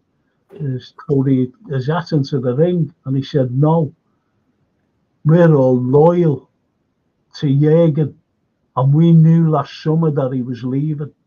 And that was the time that Edwards was being approached. And once he got wind that he was coming back, he must have said, if fucking Klopp leaves, I'll come back. That's why, Man United's were. Do you remember the spin and everything? Man United's won him. That was a fucking spin for us, and Chelsea won him. That was a spin for us. They didn't give a fuck about him. Hey, when he first left Liverpool 2 fucking years ago, why didn't he go in for him then? And people believe in fucking spin. FSG are the biggest fucking spinners I've ever known. And the brilliance at it, because they get the fan base believing everything they come out with. For me, Edwards has got to appoint a good manager, and there's Arne Slot ain't him. So there you go. Well, there you go. Barcelona have just announced that they are keeping Xavi. Maybe they have no manager option at the moment. And the end of next year, Klopp will take over. Good point there, boys. Good point. And Richard says, we need to unite and stand up against the fucking yucks. Richard, stop swearing. I don't swear. And FSG owners. RJK doesn't swear. But Brian swears. And Ray, he swears as well. I don't. But, I'm swearing that much. I'm swearing. The last 24 hours. I hope my daughter doesn't look in. Or any of my ex-students and students. And Norman says, Slot the name is funny, a Dutch pimp. Someone says he sounds like a Dutch pimp. You have a try. In a bottle. But anyway, lads, thank you so much for joining me tonight. It's been horrible, I know, but the comments have been great. The replies have been great. And thank you so much. As far as I know, people, the world's still turning. It is. It's, we'll all wait hopefully tomorrow. Still revolving on its axis. Well, Ahmed says, another statistic, guys. I'll give you wherever you have American owners, are none of them clubs are successful. Look at Arsenal, Roma, AC, Fiorentina, Man U, and us. But we've won a lot. And we've only won a lot because of Jurgen Klopp. Mm-hmm. No one else. Jurgen Klopp, not the owners. Jurgen Klopp. And TW. Cheers, boys. You'll never walk alone. Thank you, TW. Thank you so much, mate. Keep the faith, boys. Dust ourselves down, and tomorrow is a new day. It says Ian McHale. Thank you. And we will go into the fight. We will go into the fight. Thank you, everyone. You guys are wonderful, says Richard. Thank you so much. And last comment, we fight another day. We are fighters, and we are Liverpool. Cracker, you never walk alone. That's it. That's it, boys. And that's nice, Norman. Great show and host and panel. Thank you so much, boys. And I'll just see you. I'm sorry it's late, but I'll see you in the morning at 10. Mm-hmm. Okay. Thank you so much, lads. Thank you. Thank you so much, all the comments and, my guests that were on tonight. Thank you. And I'll see you all. I'm not having a pod tomorrow night. Do you think I should? No, Friday. Shall I have a Friday? Is that all right, Friday night? For a pre-match? What do you think? Or is that okay with you, JK? Yeah, Friday, yeah. Okay, that'll do me. So we're on. That okay with you, Lee? Yeah, sounds, yeah. Excellent. Okay, I'll see you fellas tomorrow. And thank you so much. And I'll leave you with that little smiley date. And we all know what 1995 is. Thanks, boys. Thank you.